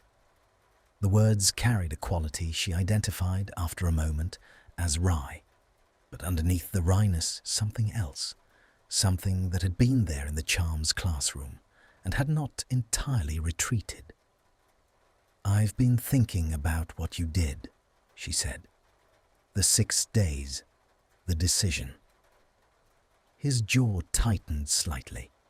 She felt the shift in the quality of his stillness beside her. "I know it was wrong," he said, steady, not defensive, the manner of someone who has already convicted himself and is not interested in relitigating the verdict. "Yes," she agreed, "but I've also been thinking about why you did it." She kept her eyes on the lake as she spoke. "Not to excuse it. The reasoning doesn't undo the action. But you told me something in the charms classroom. You said you knew I would tell you the risk was mine to decide, and that you knew I would be saying it because I loved you." She paused. "You were afraid that love would make me accept something I shouldn't have to accept." "Yes." "That's not cynicism," she said carefully. "That's a distorted form of it, but it comes from knowing me. It comes from understanding the particular way I make decisions about people I care about." He said nothing, but he was listening in the manner she had come to recognize. The quality of his attention, directed entirely at her without the armor of pretended indifference, was something she could feel against the side of her face, like warmth from a nearby source. "You were wrong," she said again, "but the wrong was built on something real, and I'm not prepared to pretend those are the same thing." He stopped walking. She stopped too. They stood on the bank of the lake with the silver water beside them, and the bare trees on the far shore, and the whole November afternoon held in suspension around them. He was looking at her with that expression she was still learning to read, the one that moved through him from somewhere deep and presented itself on his face with the apparent surprise of someone who had not given it permission to surface. "What are you saying, Granger?" His voice was quiet, stripped of everything except the question. She turned to face him fully. The wind off the lake found her, and she let it pull a strand of hair across her face, and did not move to correct it. "I'm saying that I want to understand what I agreed to forget," she said. "Not from a research perspective, not as evidence." She held his gaze with the steadiness that had cost her considerably to build over the past 3 days. "I want you to tell me about it, not the end of it. I already know the end. I want you to tell me what it was before the end, what the 14 reasons were, what we talked about for 2 hours in the arithmancy classroom, what February looked like." Something in his face opened and then immediately tried to close again, like a window in a high wind. "Why?" he asked. "Because it's mine," she said simply. "Those months are mine. They belong to my life. Someone took them from my access." She kept her voice even. "And yes, I asked them to, but I'm asking differently now. I want them back. Not the memory itself. I know the limits of what's possible, but I want your account of them, your version." He looked at her for a long time. The lake moved silver beside them. "You understand what you're asking," he said. It was not a question. He was thinking aloud in the careful way of someone checking their own arithmetic. "Yes. You're asking me to rebuild something for you out of my recollection of it, which means you're trusting my account of a period I have obvious interest in representing favorably." "I'm trusting your account," she said, "because you told me something 3 days ago that you had every practical reason not to tell me. You told me about the 6 days when you could have constructed a version of events that omitted them. You didn't." She paused. "That's worth something." He turned back to the lake.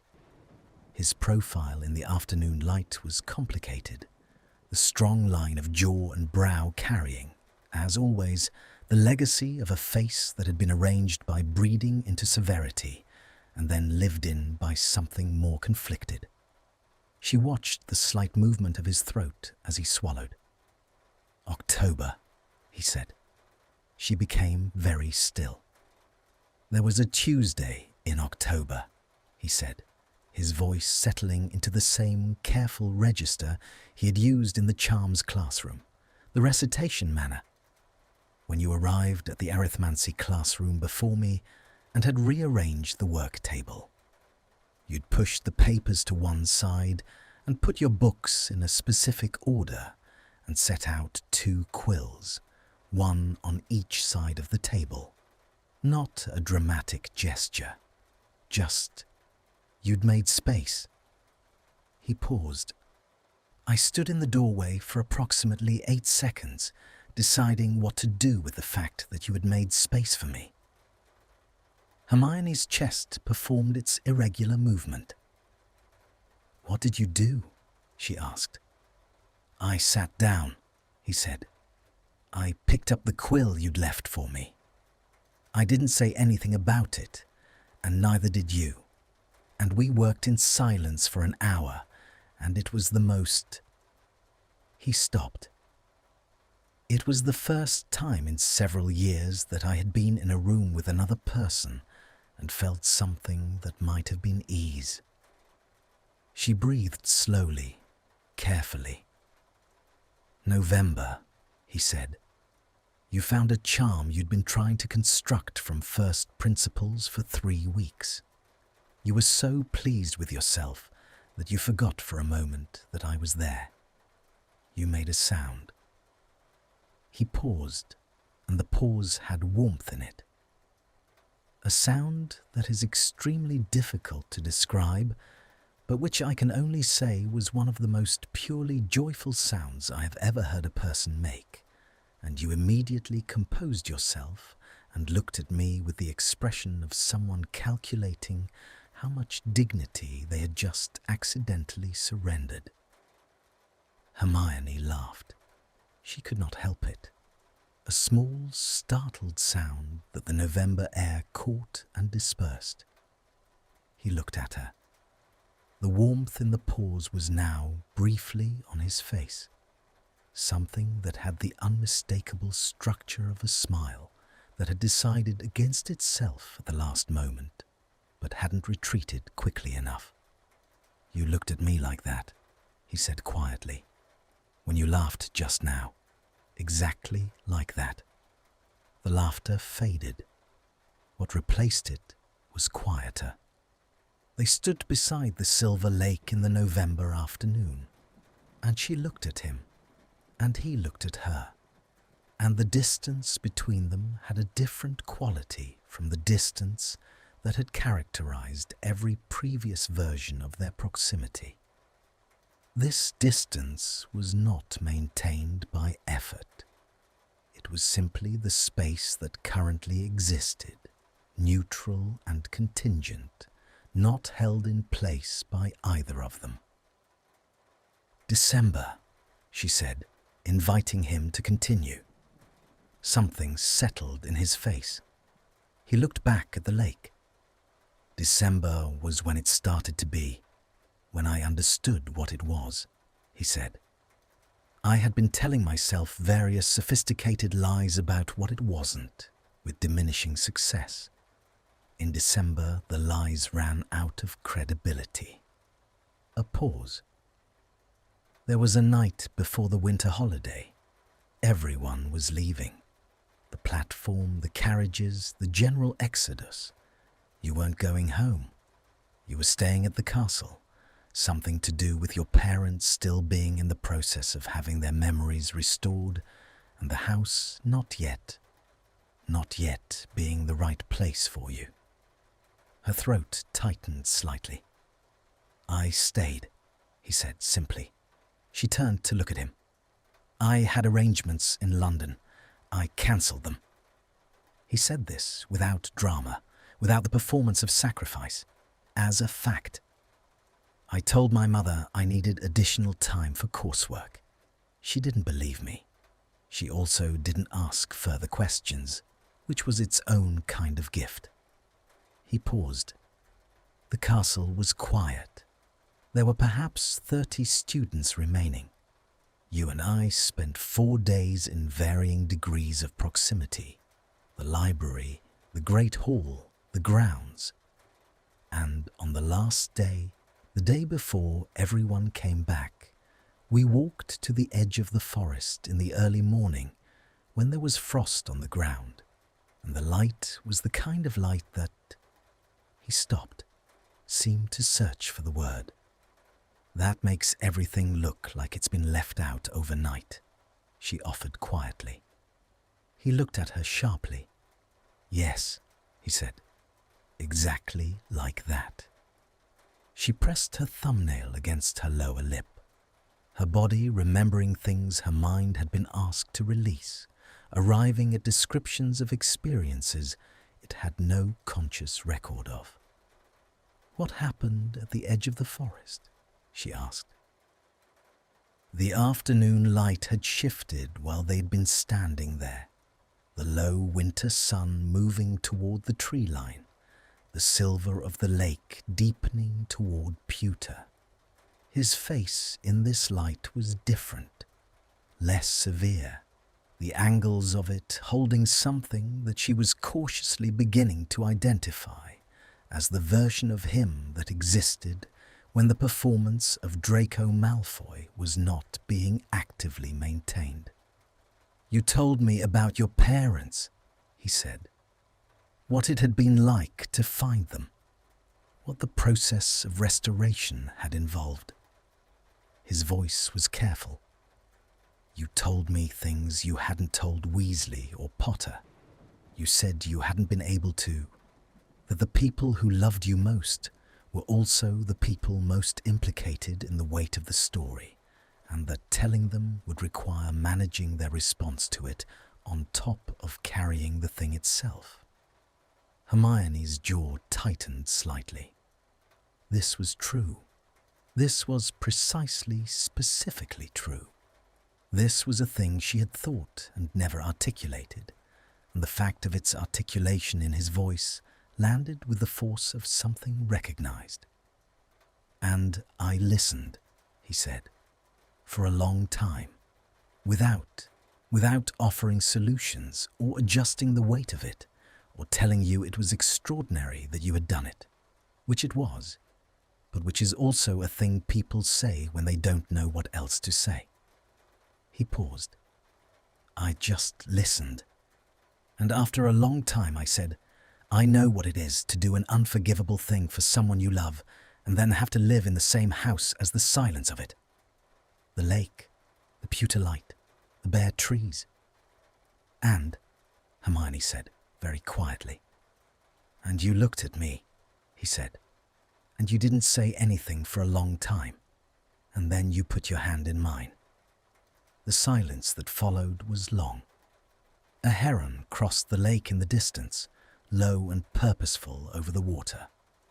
Hermione looked down at her hand, her left hand, the fingers that curved around nothing every morning, The hand that had been carrying this knowledge in the only register available to it, patient and persistent and faithful to something her mind had agreed to release. She looked up at him. He was watching her with that expression she was still learning, that deep, unguarded, barely contained thing that surfaced when the management of himself temporarily exceeded its own capacity. She turned her hand over, slowly, palm upward. The gesture was not dramatic. It was simply offered, a question in the oldest possible language, the one that predated words entirely. He looked at her open hand. His jaw worked. She watched the tendons shift across the back of his hand at his side, the minute tension of a decision being made. Then, with the careful deliberateness of someone handling something they understand to be breakable, he reached out. His fingers settled against her palm. Cold, as she had known they would be. The specific, already catalogued cold of his hands. The slight pressure of his grip against hers, finding the shape of it, the particular way their hands fit together, in the way that hands do when they have done this before. The pressure was exactly the pressure she woke with every morning. The ghost of it, the thing she had been reaching for, the phantom grip that had lived in her nerves for 7 weeks while her mind walked in its enforced blankness. This. She looked at their hands. She looked up at him. His eyes, in the last of the afternoon light, held the complicated everything of someone who has been living alongside a loss and has not yet been given permission to stop. "January," she said softly.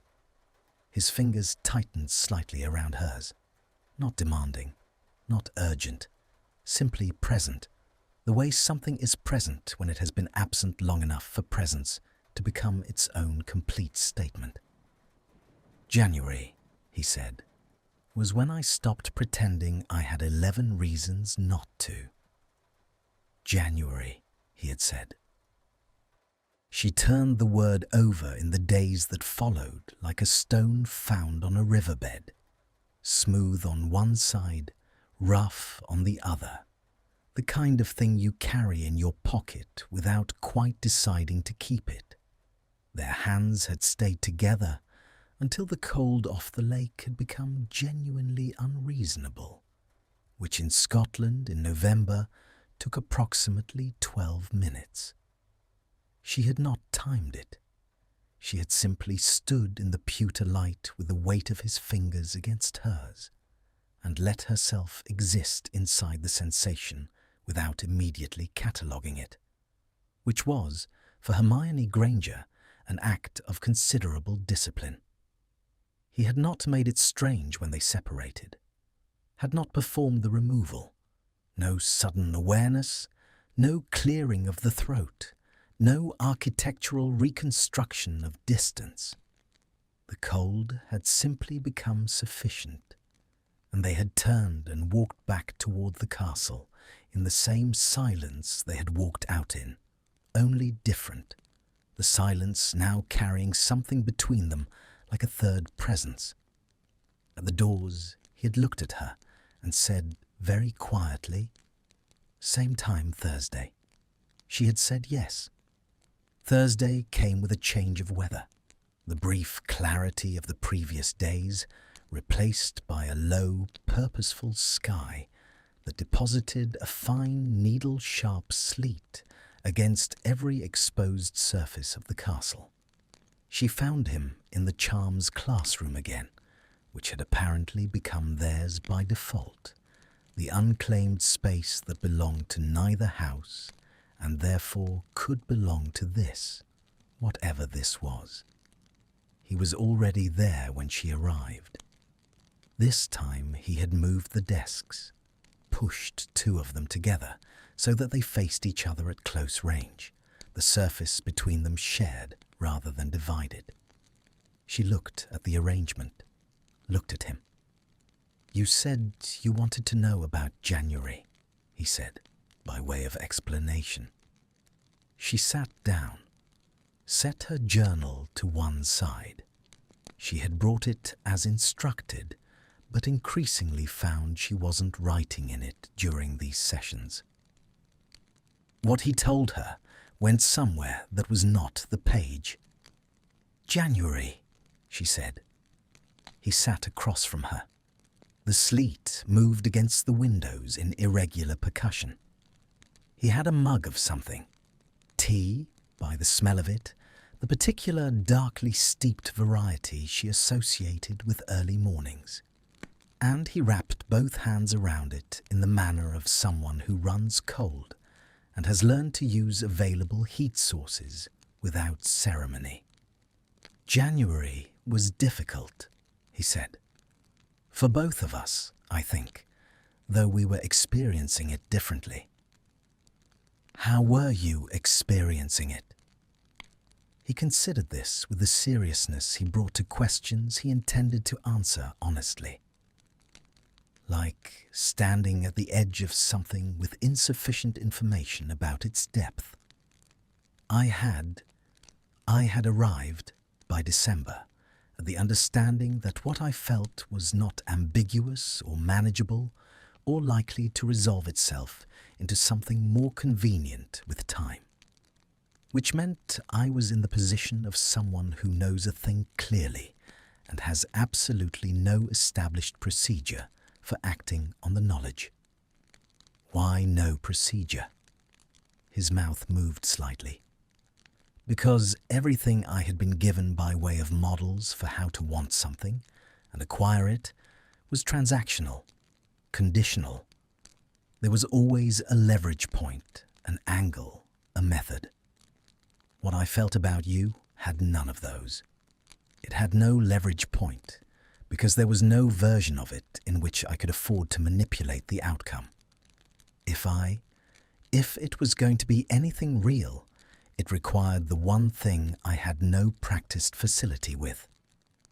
Which was asking, he said. Simply and without architecture. Just asking. Hermione looked at him across the joined desks. "That cost you. Enormously. What did you ask?" He set the mug down. His hands on the table, no longer occupied, were still in the careful way she'd learned to read. "I asked if I could take you somewhere. Not a grand gesture. There was a room I'd found in the 7th floor. Not the room of requirement, something adjacent to it. A smaller space that opened if you walked past the right section of wall, thinking about somewhere you wanted to be alone, without actually being alone." He paused. "I'd been using it since October. I hadn't told anyone about it." "You showed me your private place," she said softly. "I showed you," he confirmed. "The place I went when I needed to stop being what everyone expected Draco Malfoy to be, for an hour." The sleet against the windows, the warm dark of the classroom. Between them, the joined desks and the cooling mug of tea. "What was in it?" she asked. Something moved across his face that was almost shy. She had never seen that particular quality in him before, and it arrived with the force of something wholly unexpected. "Books," he said. "A fire. A chair that was too large for the space, but comfortable in the unreasonable way of very old furniture. The particular quality of silence that exists in places no one else has been for a long time." He paused. "And a view. A window that shouldn't have existed given the castle's architecture, looking out over the grounds from an angle I've never been able to locate from the outside." "What did we do there?" "We read," he said simply. "For 3 hours. Separately. You brought your own book, I had mine. We sat in the same space and read, and the fire did what fires do, and the window showed us the January grounds, frost and bare trees, and the lake with its winter opacity, and we didn't speak for most of it, and it was... He stopped. "What?" she said quietly. "The most companionable 3 hours I had experienced since before the war," he said. "Possibly before the war began to be a war and was still just the accumulation of smaller wrong turnings." Hermione pressed her thumbnail against her lower lip. She was doing it again. She lowered her hand. "When did I know?" she asked. "In your account of it, when did you understand that I knew what it was?" He picked up the mug again, held it. "February, the 3rd week of it." His voice had shifted slightly, softened in its register. "There was an evening in the library, the open section, not the restricted. You were working on your transfiguration essay, and I was supposed to be working on something and wasn't. And you looked up from your parchment and across the table at me, and you said, 'You've stopped arguing with yourself.' And I said, I didn't know what that meant. And you said..." He paused. "What did I say?" He looked at her directly. "You said, 'You've been arguing with yourself about this since October.' I could see it from across the room. And you've stopped, which means you've decided." She felt the accuracy of this in the way you feel a truth that belongs to you, not discovered, but returned. "And had you?" she asked. "Decided?" "Yes," he said. "And you knew before I said it, which is very you." And I said, "Yes, I had decided," and you said, "I know." And then you went back to your transfiguration essay, and I sat there in a state of complete internal disarray while you wrote 300 words in excellent cursive and didn't look up for 20 minutes. The corner of her mouth moved. "I was giving you time to compose yourself." He looked at her. Something in his expression arrived, and then reconsidered, and then arrived again, more slowly, less deniable. "Yes," he said. "I know. I knew then too. It was one of the first moments I understood that being known by you was that it had a specific quality, that you saw the thing behind the thing and then quietly made room for it without announcing the accommodation." The classroom held its warmth around them. Outside, the sleet had softened to something less aggressive, and the windows now showed the blurred impressionism of a wet November night, the torchlight from the courtyards below bleeding amber into the grey. "Tell me about something ordinary," she said. "Not the significant moments, something small." He considered this. "You always had ink on your left hand, on the outer edge of the palm from where it dragged across the page. Most people who write as much as you do accommodate for it, shift their grip, adjust the angle. You never did. I think you liked it. I think you considered it a mark of having actually done the work." She looked at her left hand. There was, currently, a faint smudge of blue-black along the outer palm. She had not noticed it. "You reorganized my notes twice," he continued, without asking. "The first time I nearly said something, and then looked at what you'd done and couldn't, because the reorganization was demonstrably better. The second time I left them out deliberately to see if you'd do it again. You did. And then you looked up and caught me watching and understood immediately what I'd done. And you were furious for approximately 45 seconds before you decided it was funny." She felt the shape of this, its specific Hermione-ness.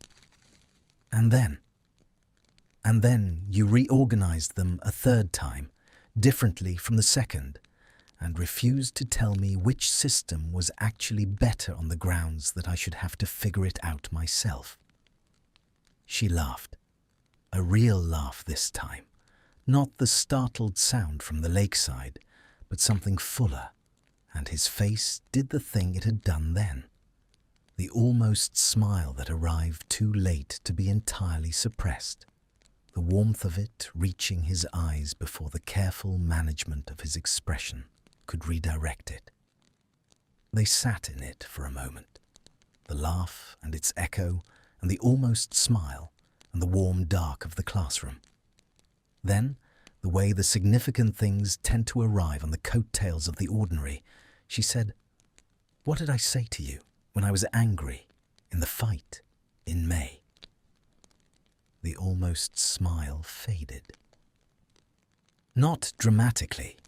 It receded in the manner of warmth, leaving a room when the fire is banked, gradual and complete.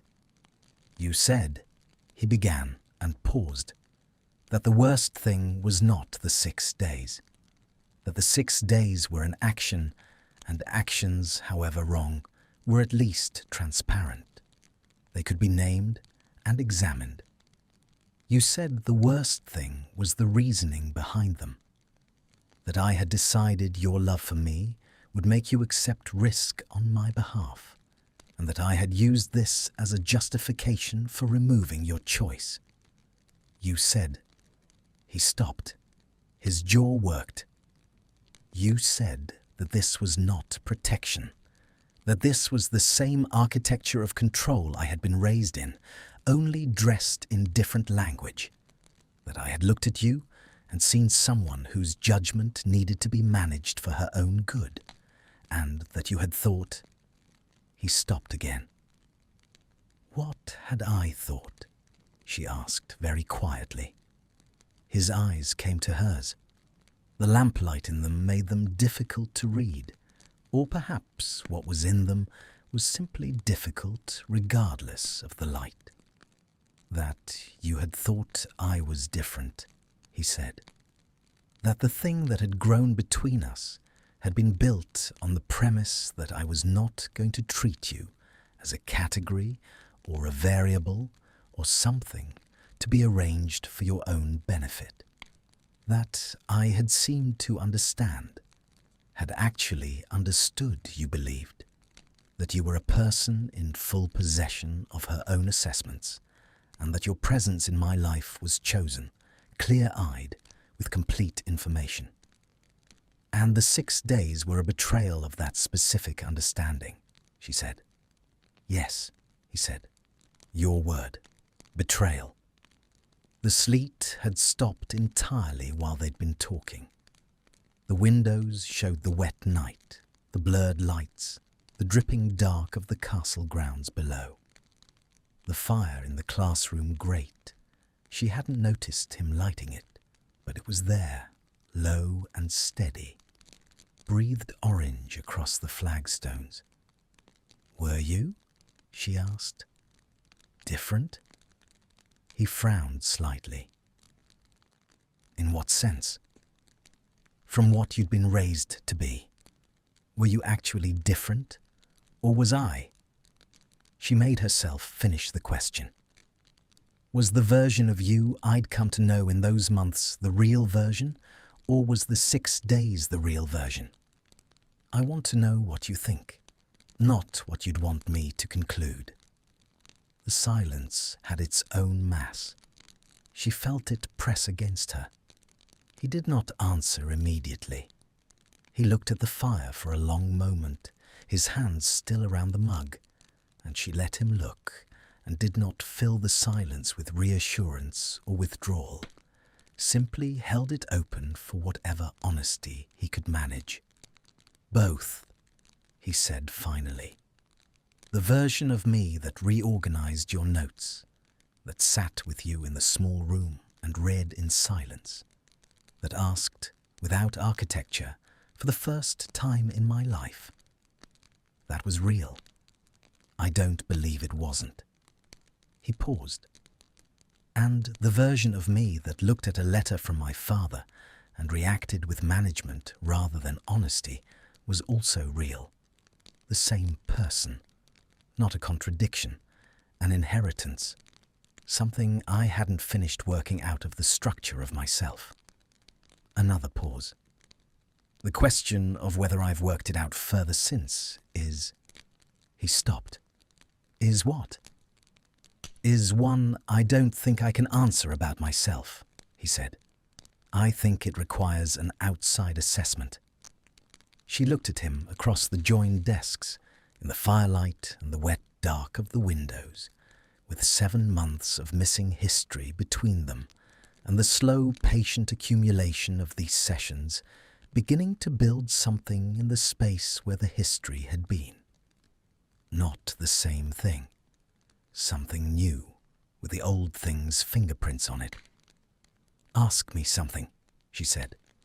About what you remember, something you've wanted to know since September. He looked up at her, surprised by the reversal. Then he settled into it. She watched him locate the question, the one he had actually been carrying. When we fought, he said carefully, in May. At the end of it, when you'd said everything, you were very quiet, you said, for a long time, before you asked me to do the excision. He held her gaze. What were you doing? In the quiet? What was happening? She considered this, considered the person she had been in May, the particular Hermione of that moment, standing in the wreckage of something she had built carefully and valued completely, deciding what to do next. I was weighing it, she said. The full accounting, what it had been against what had happened. Whether the thing between us had enough structural integrity to survive the knowledge of what the 6 days meant. She paused. I was trying to determine if I could hold both things simultaneously, what you were capable of and what you were capable of. The harm and the small room and the notes reorganized, and your voice when you listened to me talk about my parents. And you concluded you couldn't, he said.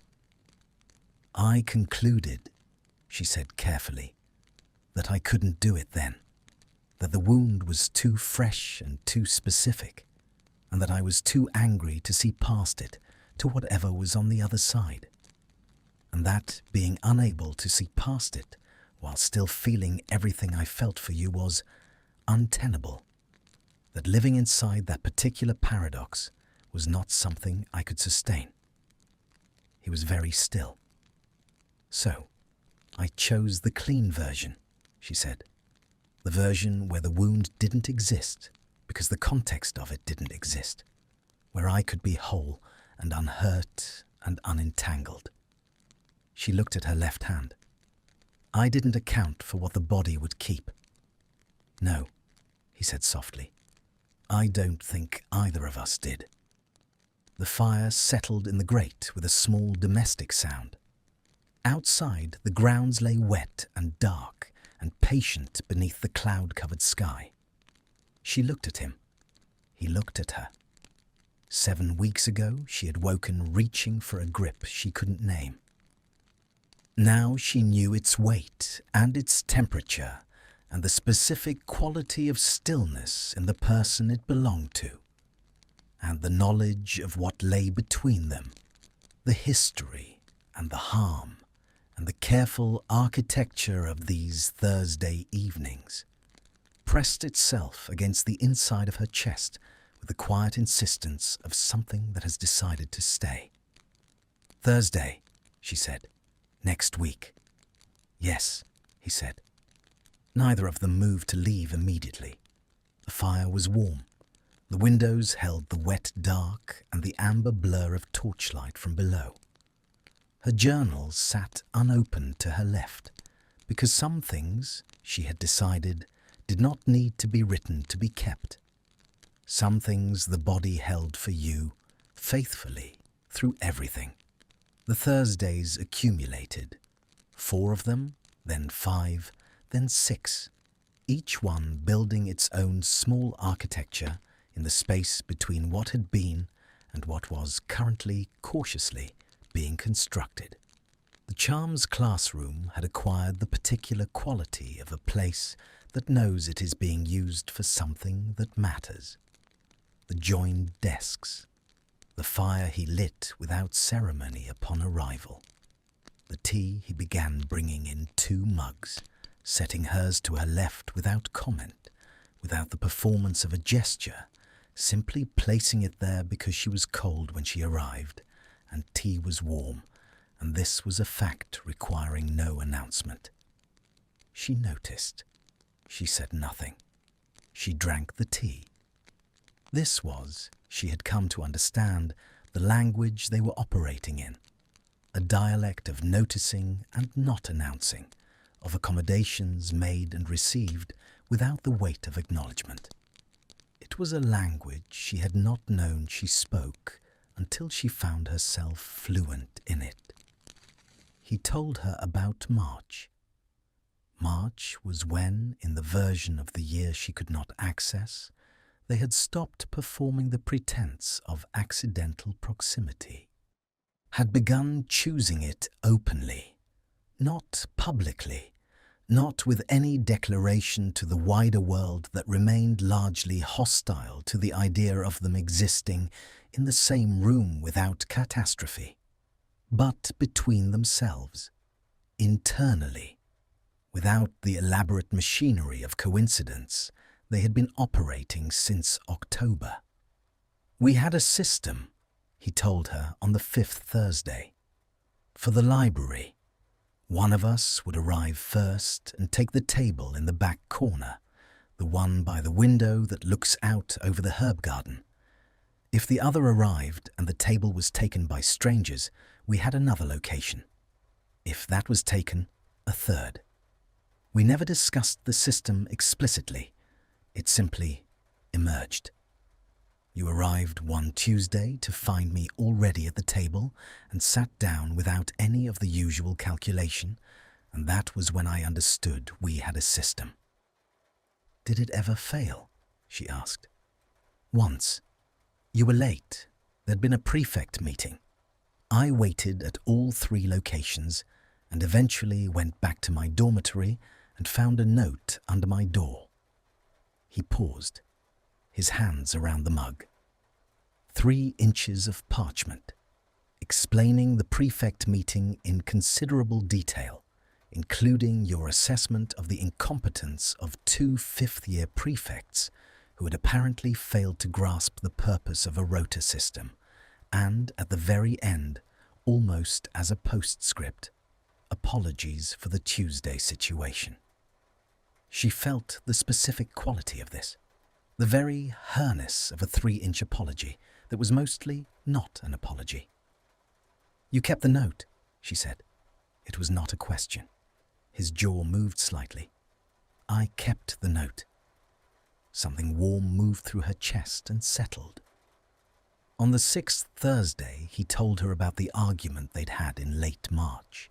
Not the May rupture, an earlier one, smaller and self-contained, and, by his account, entirely her fault.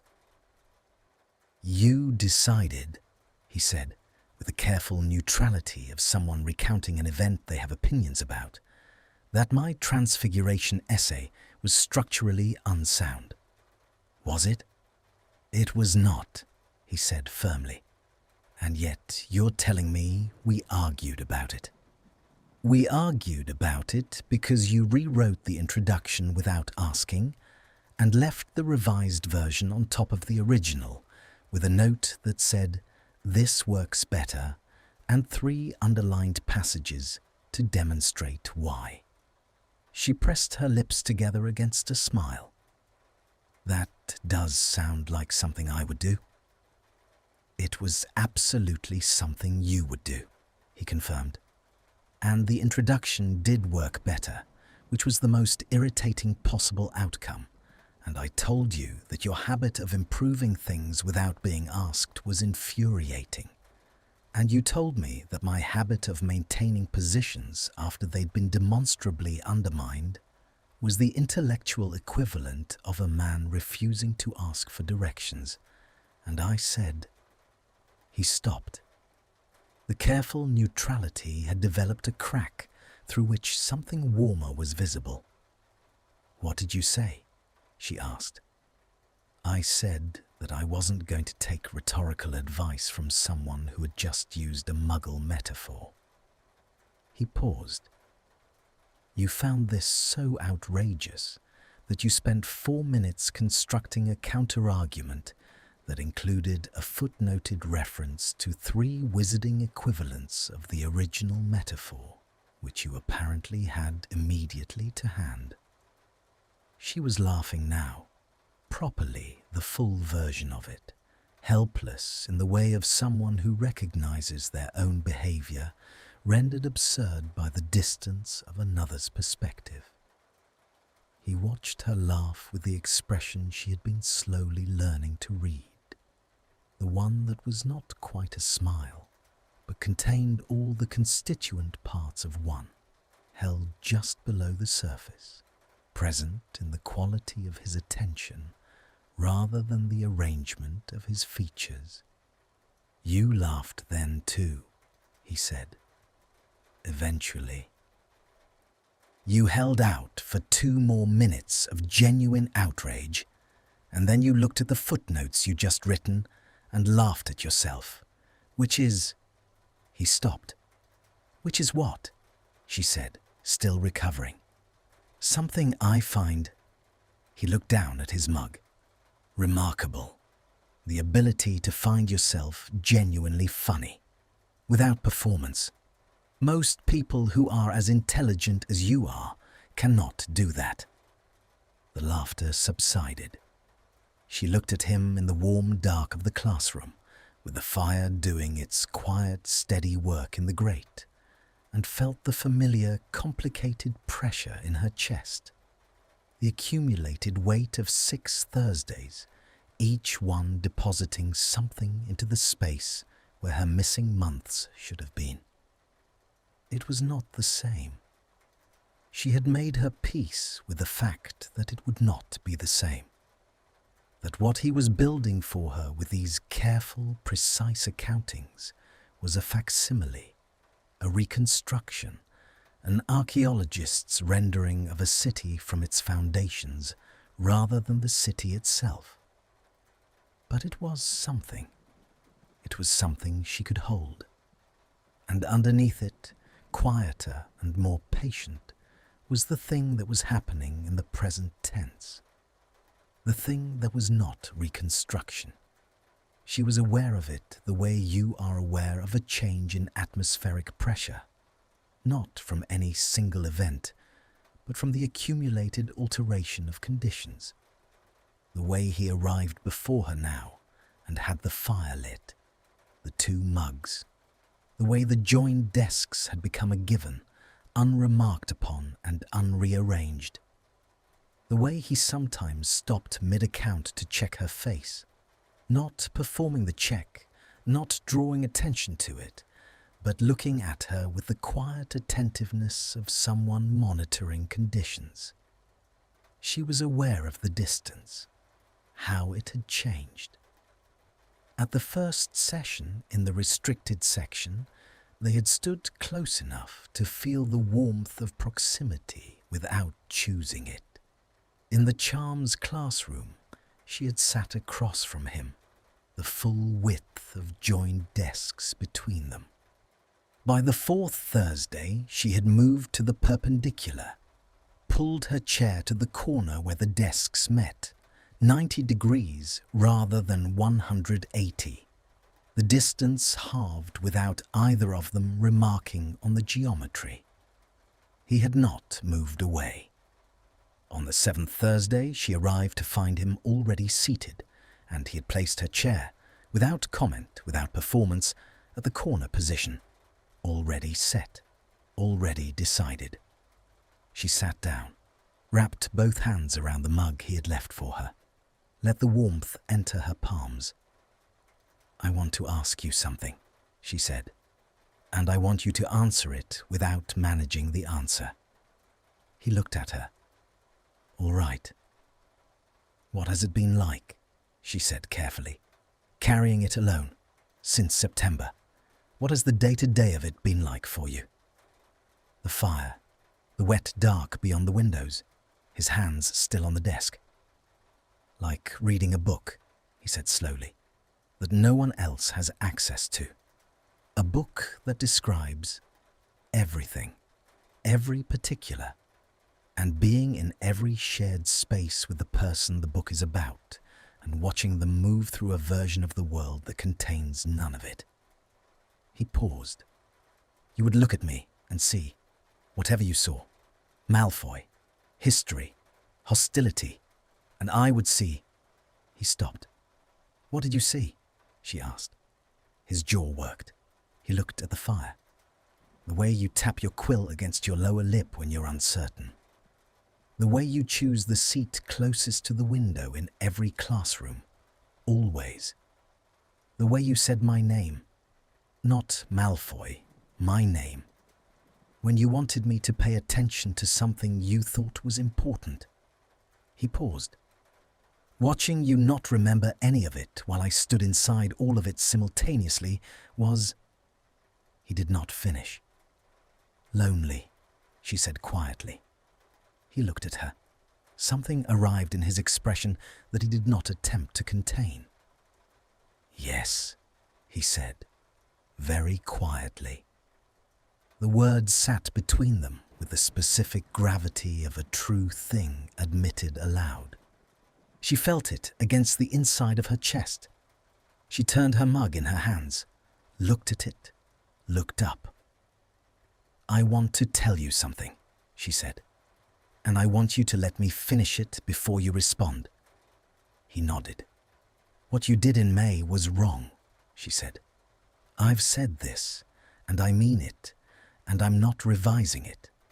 The 6 days, the decision, the reasoning behind it. I could stand inside what I know of myself and know that the version of me who stood in that room and read that letter was right to be devastated. She paused. And what I have come to understand in the past 7 weeks, not the past 7 months, because those aren't available to me directly, but these 7 weeks, is that the wrong was committed by someone who was engaged genuinely in the difficult and imperfect process of becoming different from what they had been made to be. She looked at him steadily. That process doesn't have a clean end point. It doesn't arrive at a moment where the work is finished and the person is safe to be trusted unconditionally. It's ongoing. It fails sometimes. It failed in May. He was very still. She could feel the quality of his listening, the absolute focused attention of it. What I'm asking, she said, is not whether you're finished with that process. I know you're not. I'm not finished with my own corresponding difficulties, which are different and also real. She took a breath. I'm asking whether you're still in it, whether you understand specifically what failed and why, whether the 6 days are a thing you have actually examined rather than simply regretted. Silence. Long enough to be genuine rather than calculated. I've thought of little else, he said, since May. His voice was quiet and without deflection. The specific mechanism of it, the point at which I made the first wrong decision, not the letter before the letter. The moment when I read what my father had done, and instead of going to you immediately, I began calculating whether I could resolve it before you needed to know. He paused. That moment. That is what I've examined, because everything that followed was downstream of that first choice. What was in it? She asked. That first choice. He looked at his hands. Fear, he said, with the particular flatness of someone stripping a word of its drama to make it more accurate. Not of you. Of the moment when you would look at me and understand what being associated with me had cost you. I had spent 7 months arriving at a place where the version of me that existed in your presence was a version I could inhabit without shame. And I was afraid that if you saw the letter, you would see instead the version I'd come from, that the cost of me would become undeniable. So you tried to make it deniable, she said, by removing it. Yes. And in doing so, you made the other thing undeniable instead. Yes. A pause.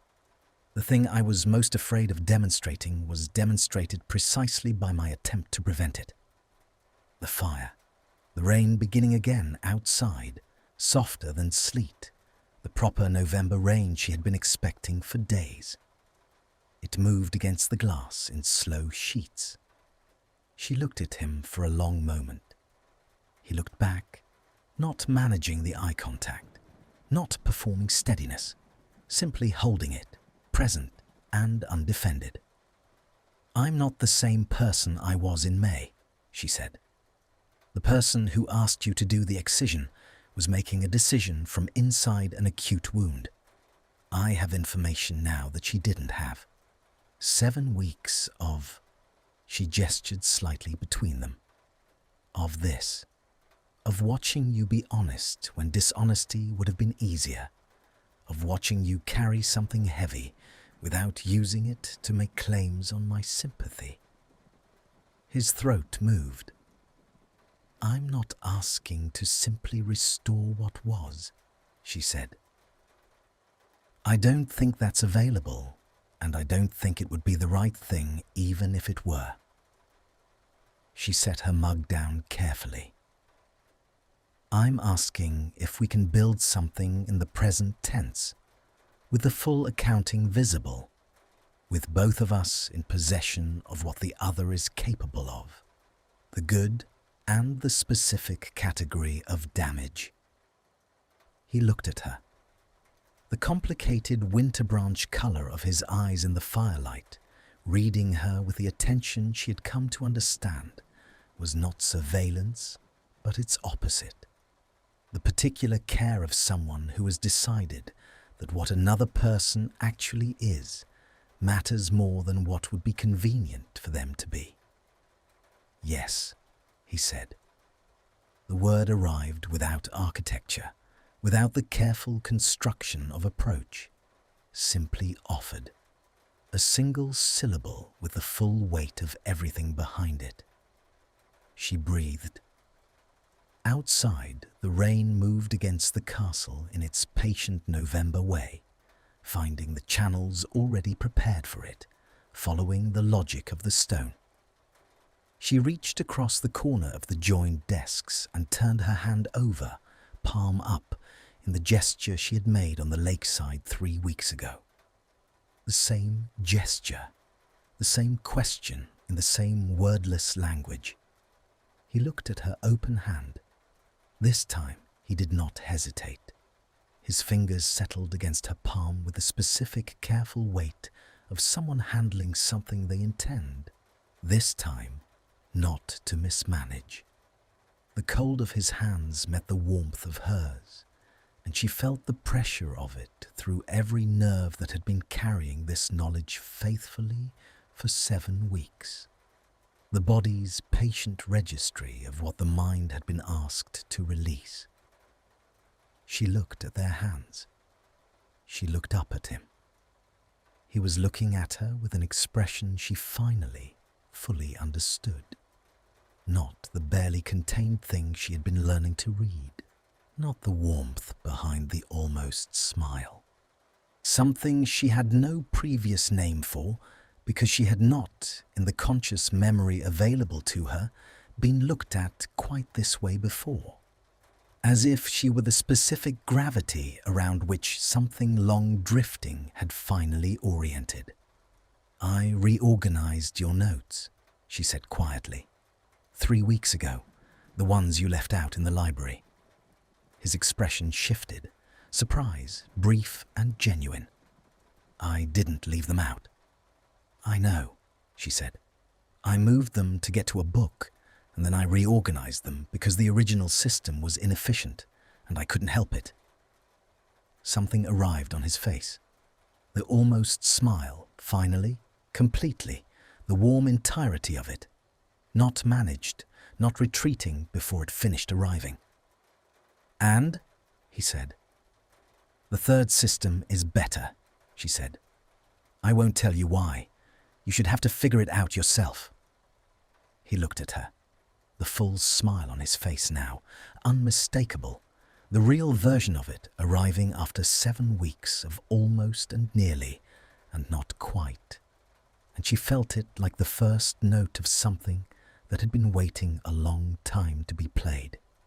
His thumb moved across her palm, a single, slow stroke. The gesture of someone with no agenda except presence. "Granger," he said. "I'm glad," he said quietly, "that the body doesn't forget." She looked at him in the firelight and the rain sound and the warm dark of the place that had become over 7 Thursdays, theirs, in the way that only places know they are.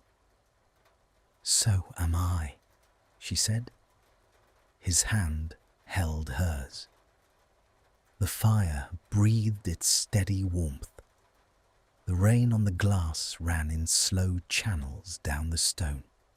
And in the space between them, in the present tense, something that was not reconstruction and not restoration, but something with its own new architecture settled quietly into place, choosing them as they were choosing it, with the full accounting visible on both sides and the difficult patient work of it held between their joined hands, like something neither of them intended to put down again.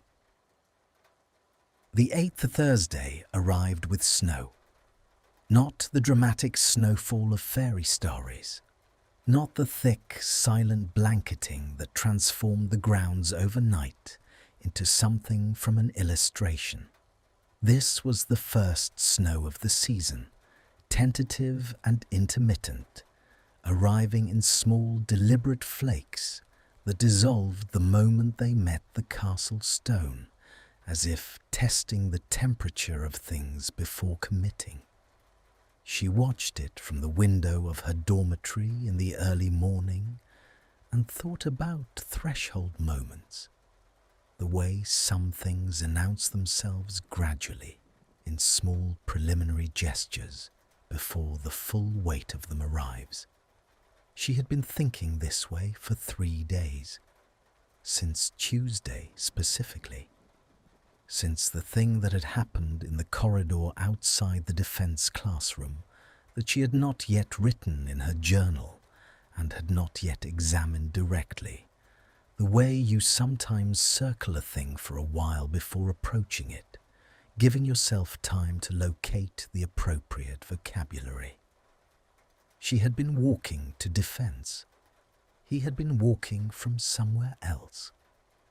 The corridor was narrow at that juncture, a design quirk of the 4th floor that had resisted every architectural correction Hogwarts had apparently attempted, the walls simply refusing to accommodate additional width. And they had reached the narrowing at the same moment from opposite directions. This was not unusual. They shared portions of the castle's daily geography in a way that had shifted over the past weeks from charged avoidance to something that simply was, neutral in the way of 2 people who have negotiated a new arrangement with the space they occupy together. What was unusual was that he had stopped, not to allow her to pass. He had stopped and looked at her in the narrow corridor with the grey Tuesday light coming through the high window to his left, and he had said, with the quiet directness that had become the register she associated with the truest things he said, "You look tired." Not an accusation, not an observation positioned to create distance, simply noticed, offered. In the same unperformative way, he left a second mug of tea on the desk. "I am tired," she had said, equally simply. "The arithmancy paper?" "The arithmancy paper." He had looked at her for a moment. Then he had said, still quiet, still direct, "7th floor. After dinner. The room is better for that kind of tired than anywhere else in the castle." And then he had moved past her in the narrow corridor, close enough that she registered the cold and resinous scent that no longer needed to be interpreted, and continued on his way. She had stood in the narrowing for approximately 4 seconds processing this. The room. The small room he had told her about. The one that opened when you walked past the right section of wall, thinking about somewhere you wanted to be alone without actually being alone. His private place.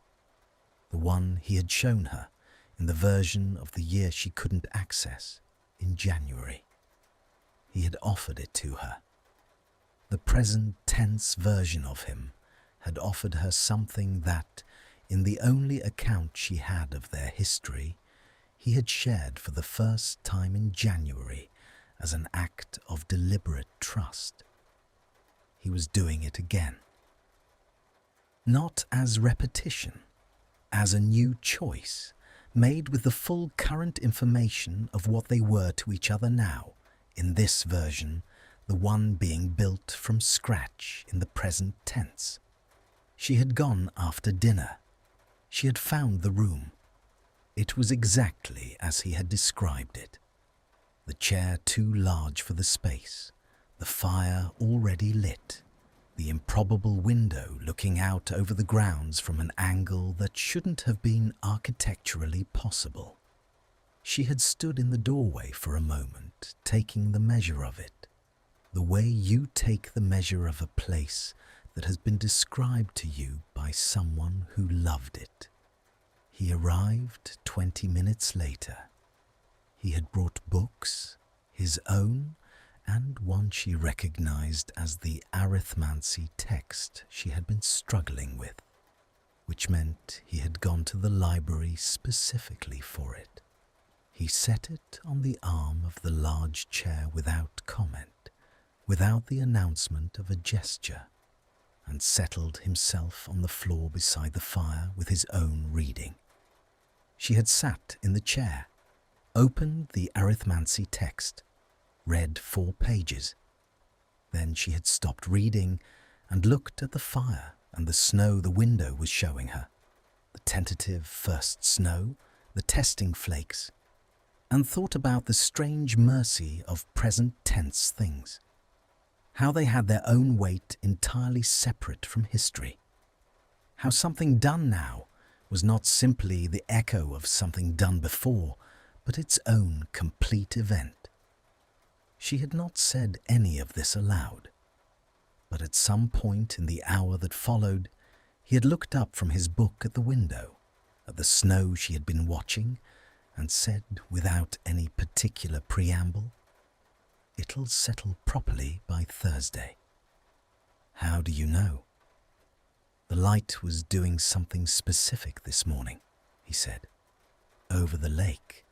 My mother used to say that the first real snow of the season announces itself the day before in the quality of the morning light." She had looked at him.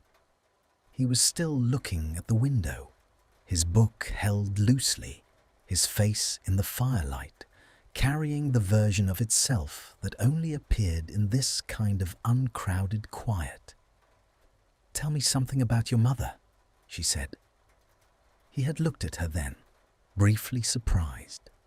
The same brief surprise he had shown when she mentioned the reorganized notes, the expression of someone unaccustomed to being asked about the soft things. And he had told her.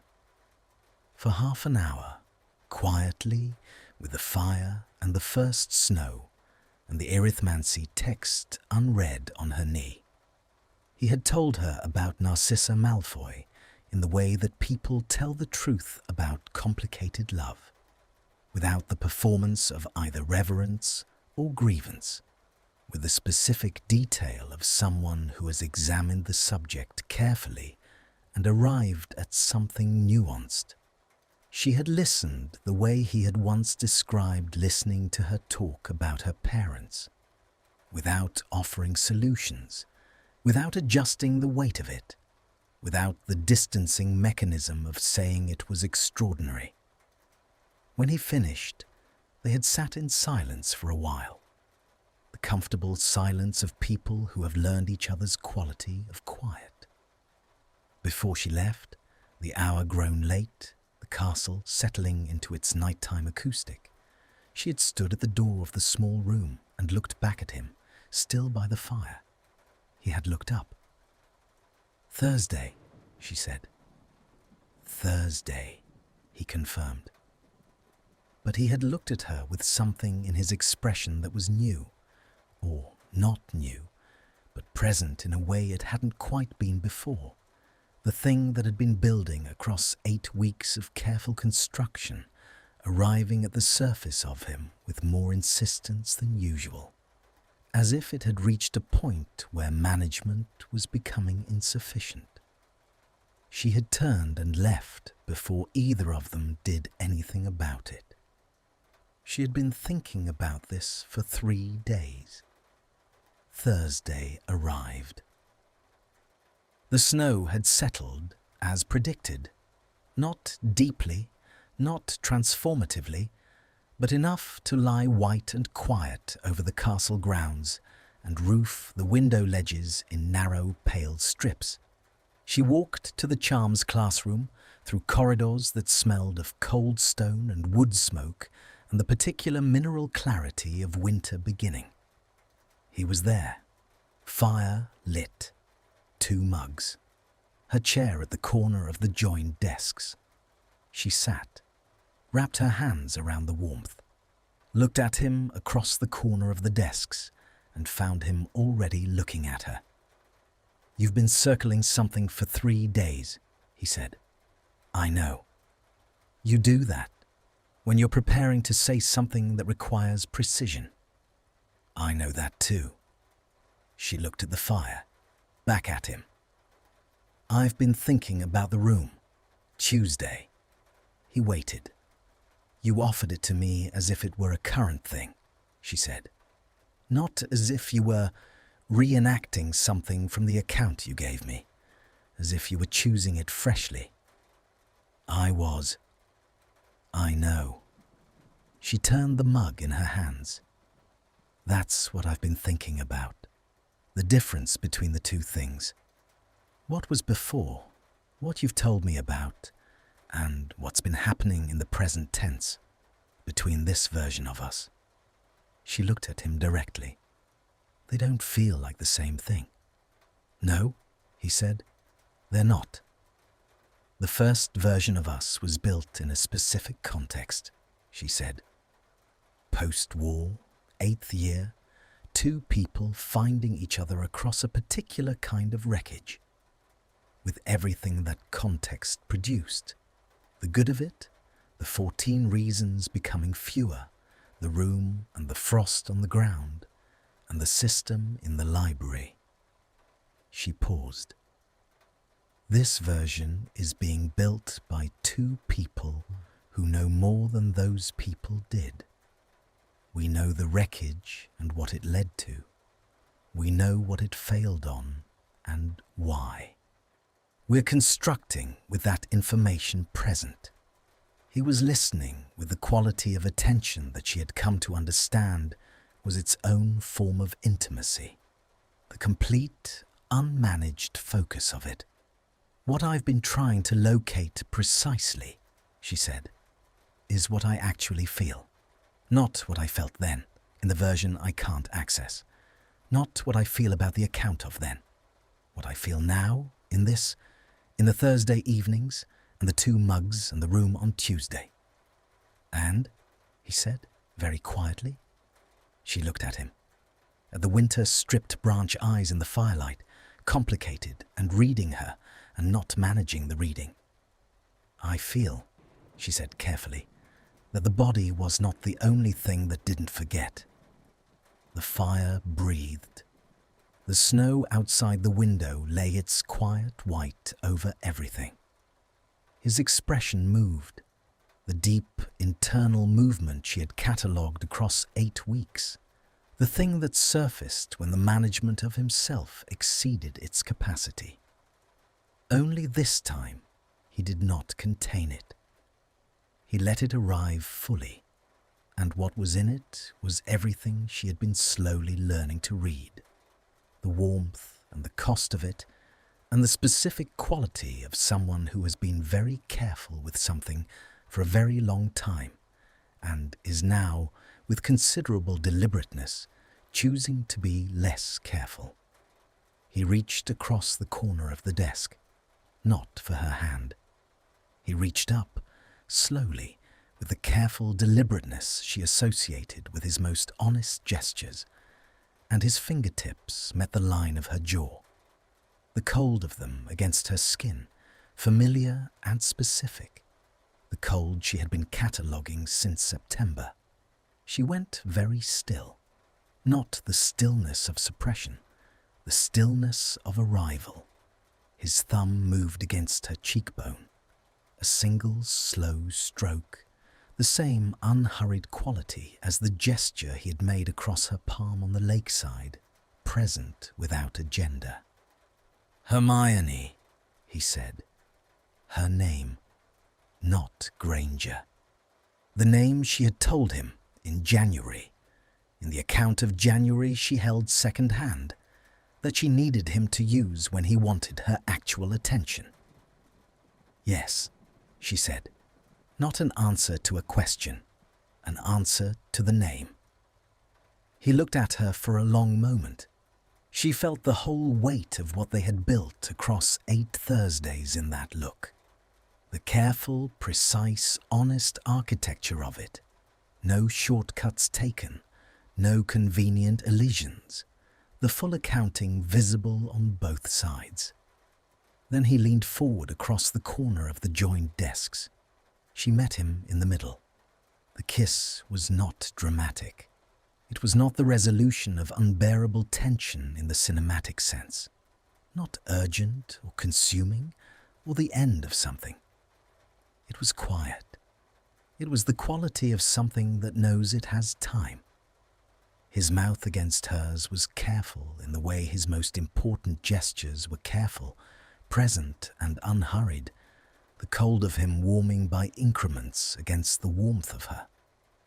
She felt it in every place her body had been keeping faith.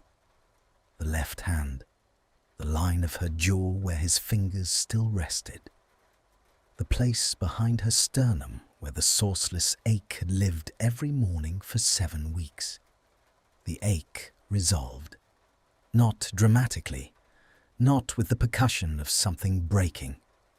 Quietly, in the manner of a held breath finally, completely released. The shape of the absence filling from the inside out, the particular geometry of something lost, recognizing what had been found. She reached up, and her hand closed around his, where it rested against her jaw, not directing it, simply holding it there. He was the one who moved back, slowly. Looked at her across the small distance with an expression she no longer needed to decode. She simply knew it, the way you know the quality of a particular light, the way you know the temperature of a familiar room before you enter it. "I should have told you," he said quietly. "In May, immediately, that morning, before the day went any further." "Yes," she said. "I won't." He stopped, rephrased. "That won't be the mechanism again. Whatever else happens, that specific failure of nerve, I won't choose management over honesty." She looked at him, measured it, not with suspicion, but with the genuine attention it deserved. The specific thing he was promising, its precise dimensions, its achievability. "I know you won't," she said, not as performance of reassurance, as assessment. He exhaled slowly. She felt the tension in the hand she was holding release by a degree, a specific, measurable degree, the easing of something that had been held at a particular pitch for a long time. The notes, he said. My arithmancy notes, the third system. She looked at him. The warmth of the almost smile, present now not as almost, but as complete, reaching his eyes without reservation. Tell me why it's better, he said. She recognized the gift of this, the return to the ordinary, to the small room's dimensions, to the language they had built, to the territory of the manageable that existed alongside and within and through everything that was large and difficult and worth it.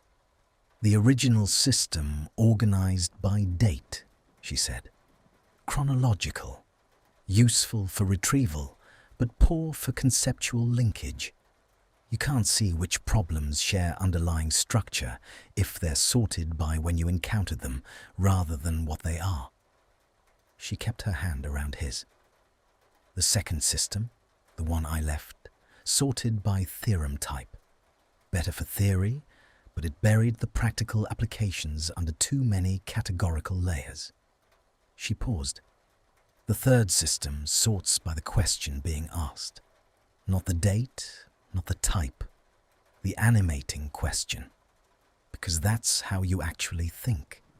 You encounter a problem, and the first thing you do is locate the question underneath it.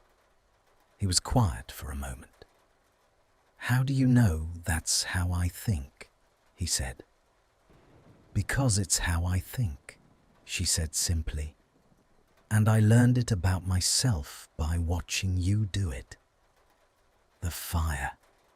The snow lying white and quiet on the window ledge outside.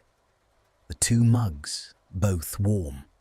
The joined desks and the corner position, and the 8 Thursdays of accumulated, careful, honest construction. He turned his hand over in hers, not to release it, to hold it differently. His fingers closing around hers in the grip she had been waking with for 7 weeks. The specific, familiar pressure of it. The particular way their hands arranged themselves against each other with the ease of something practiced.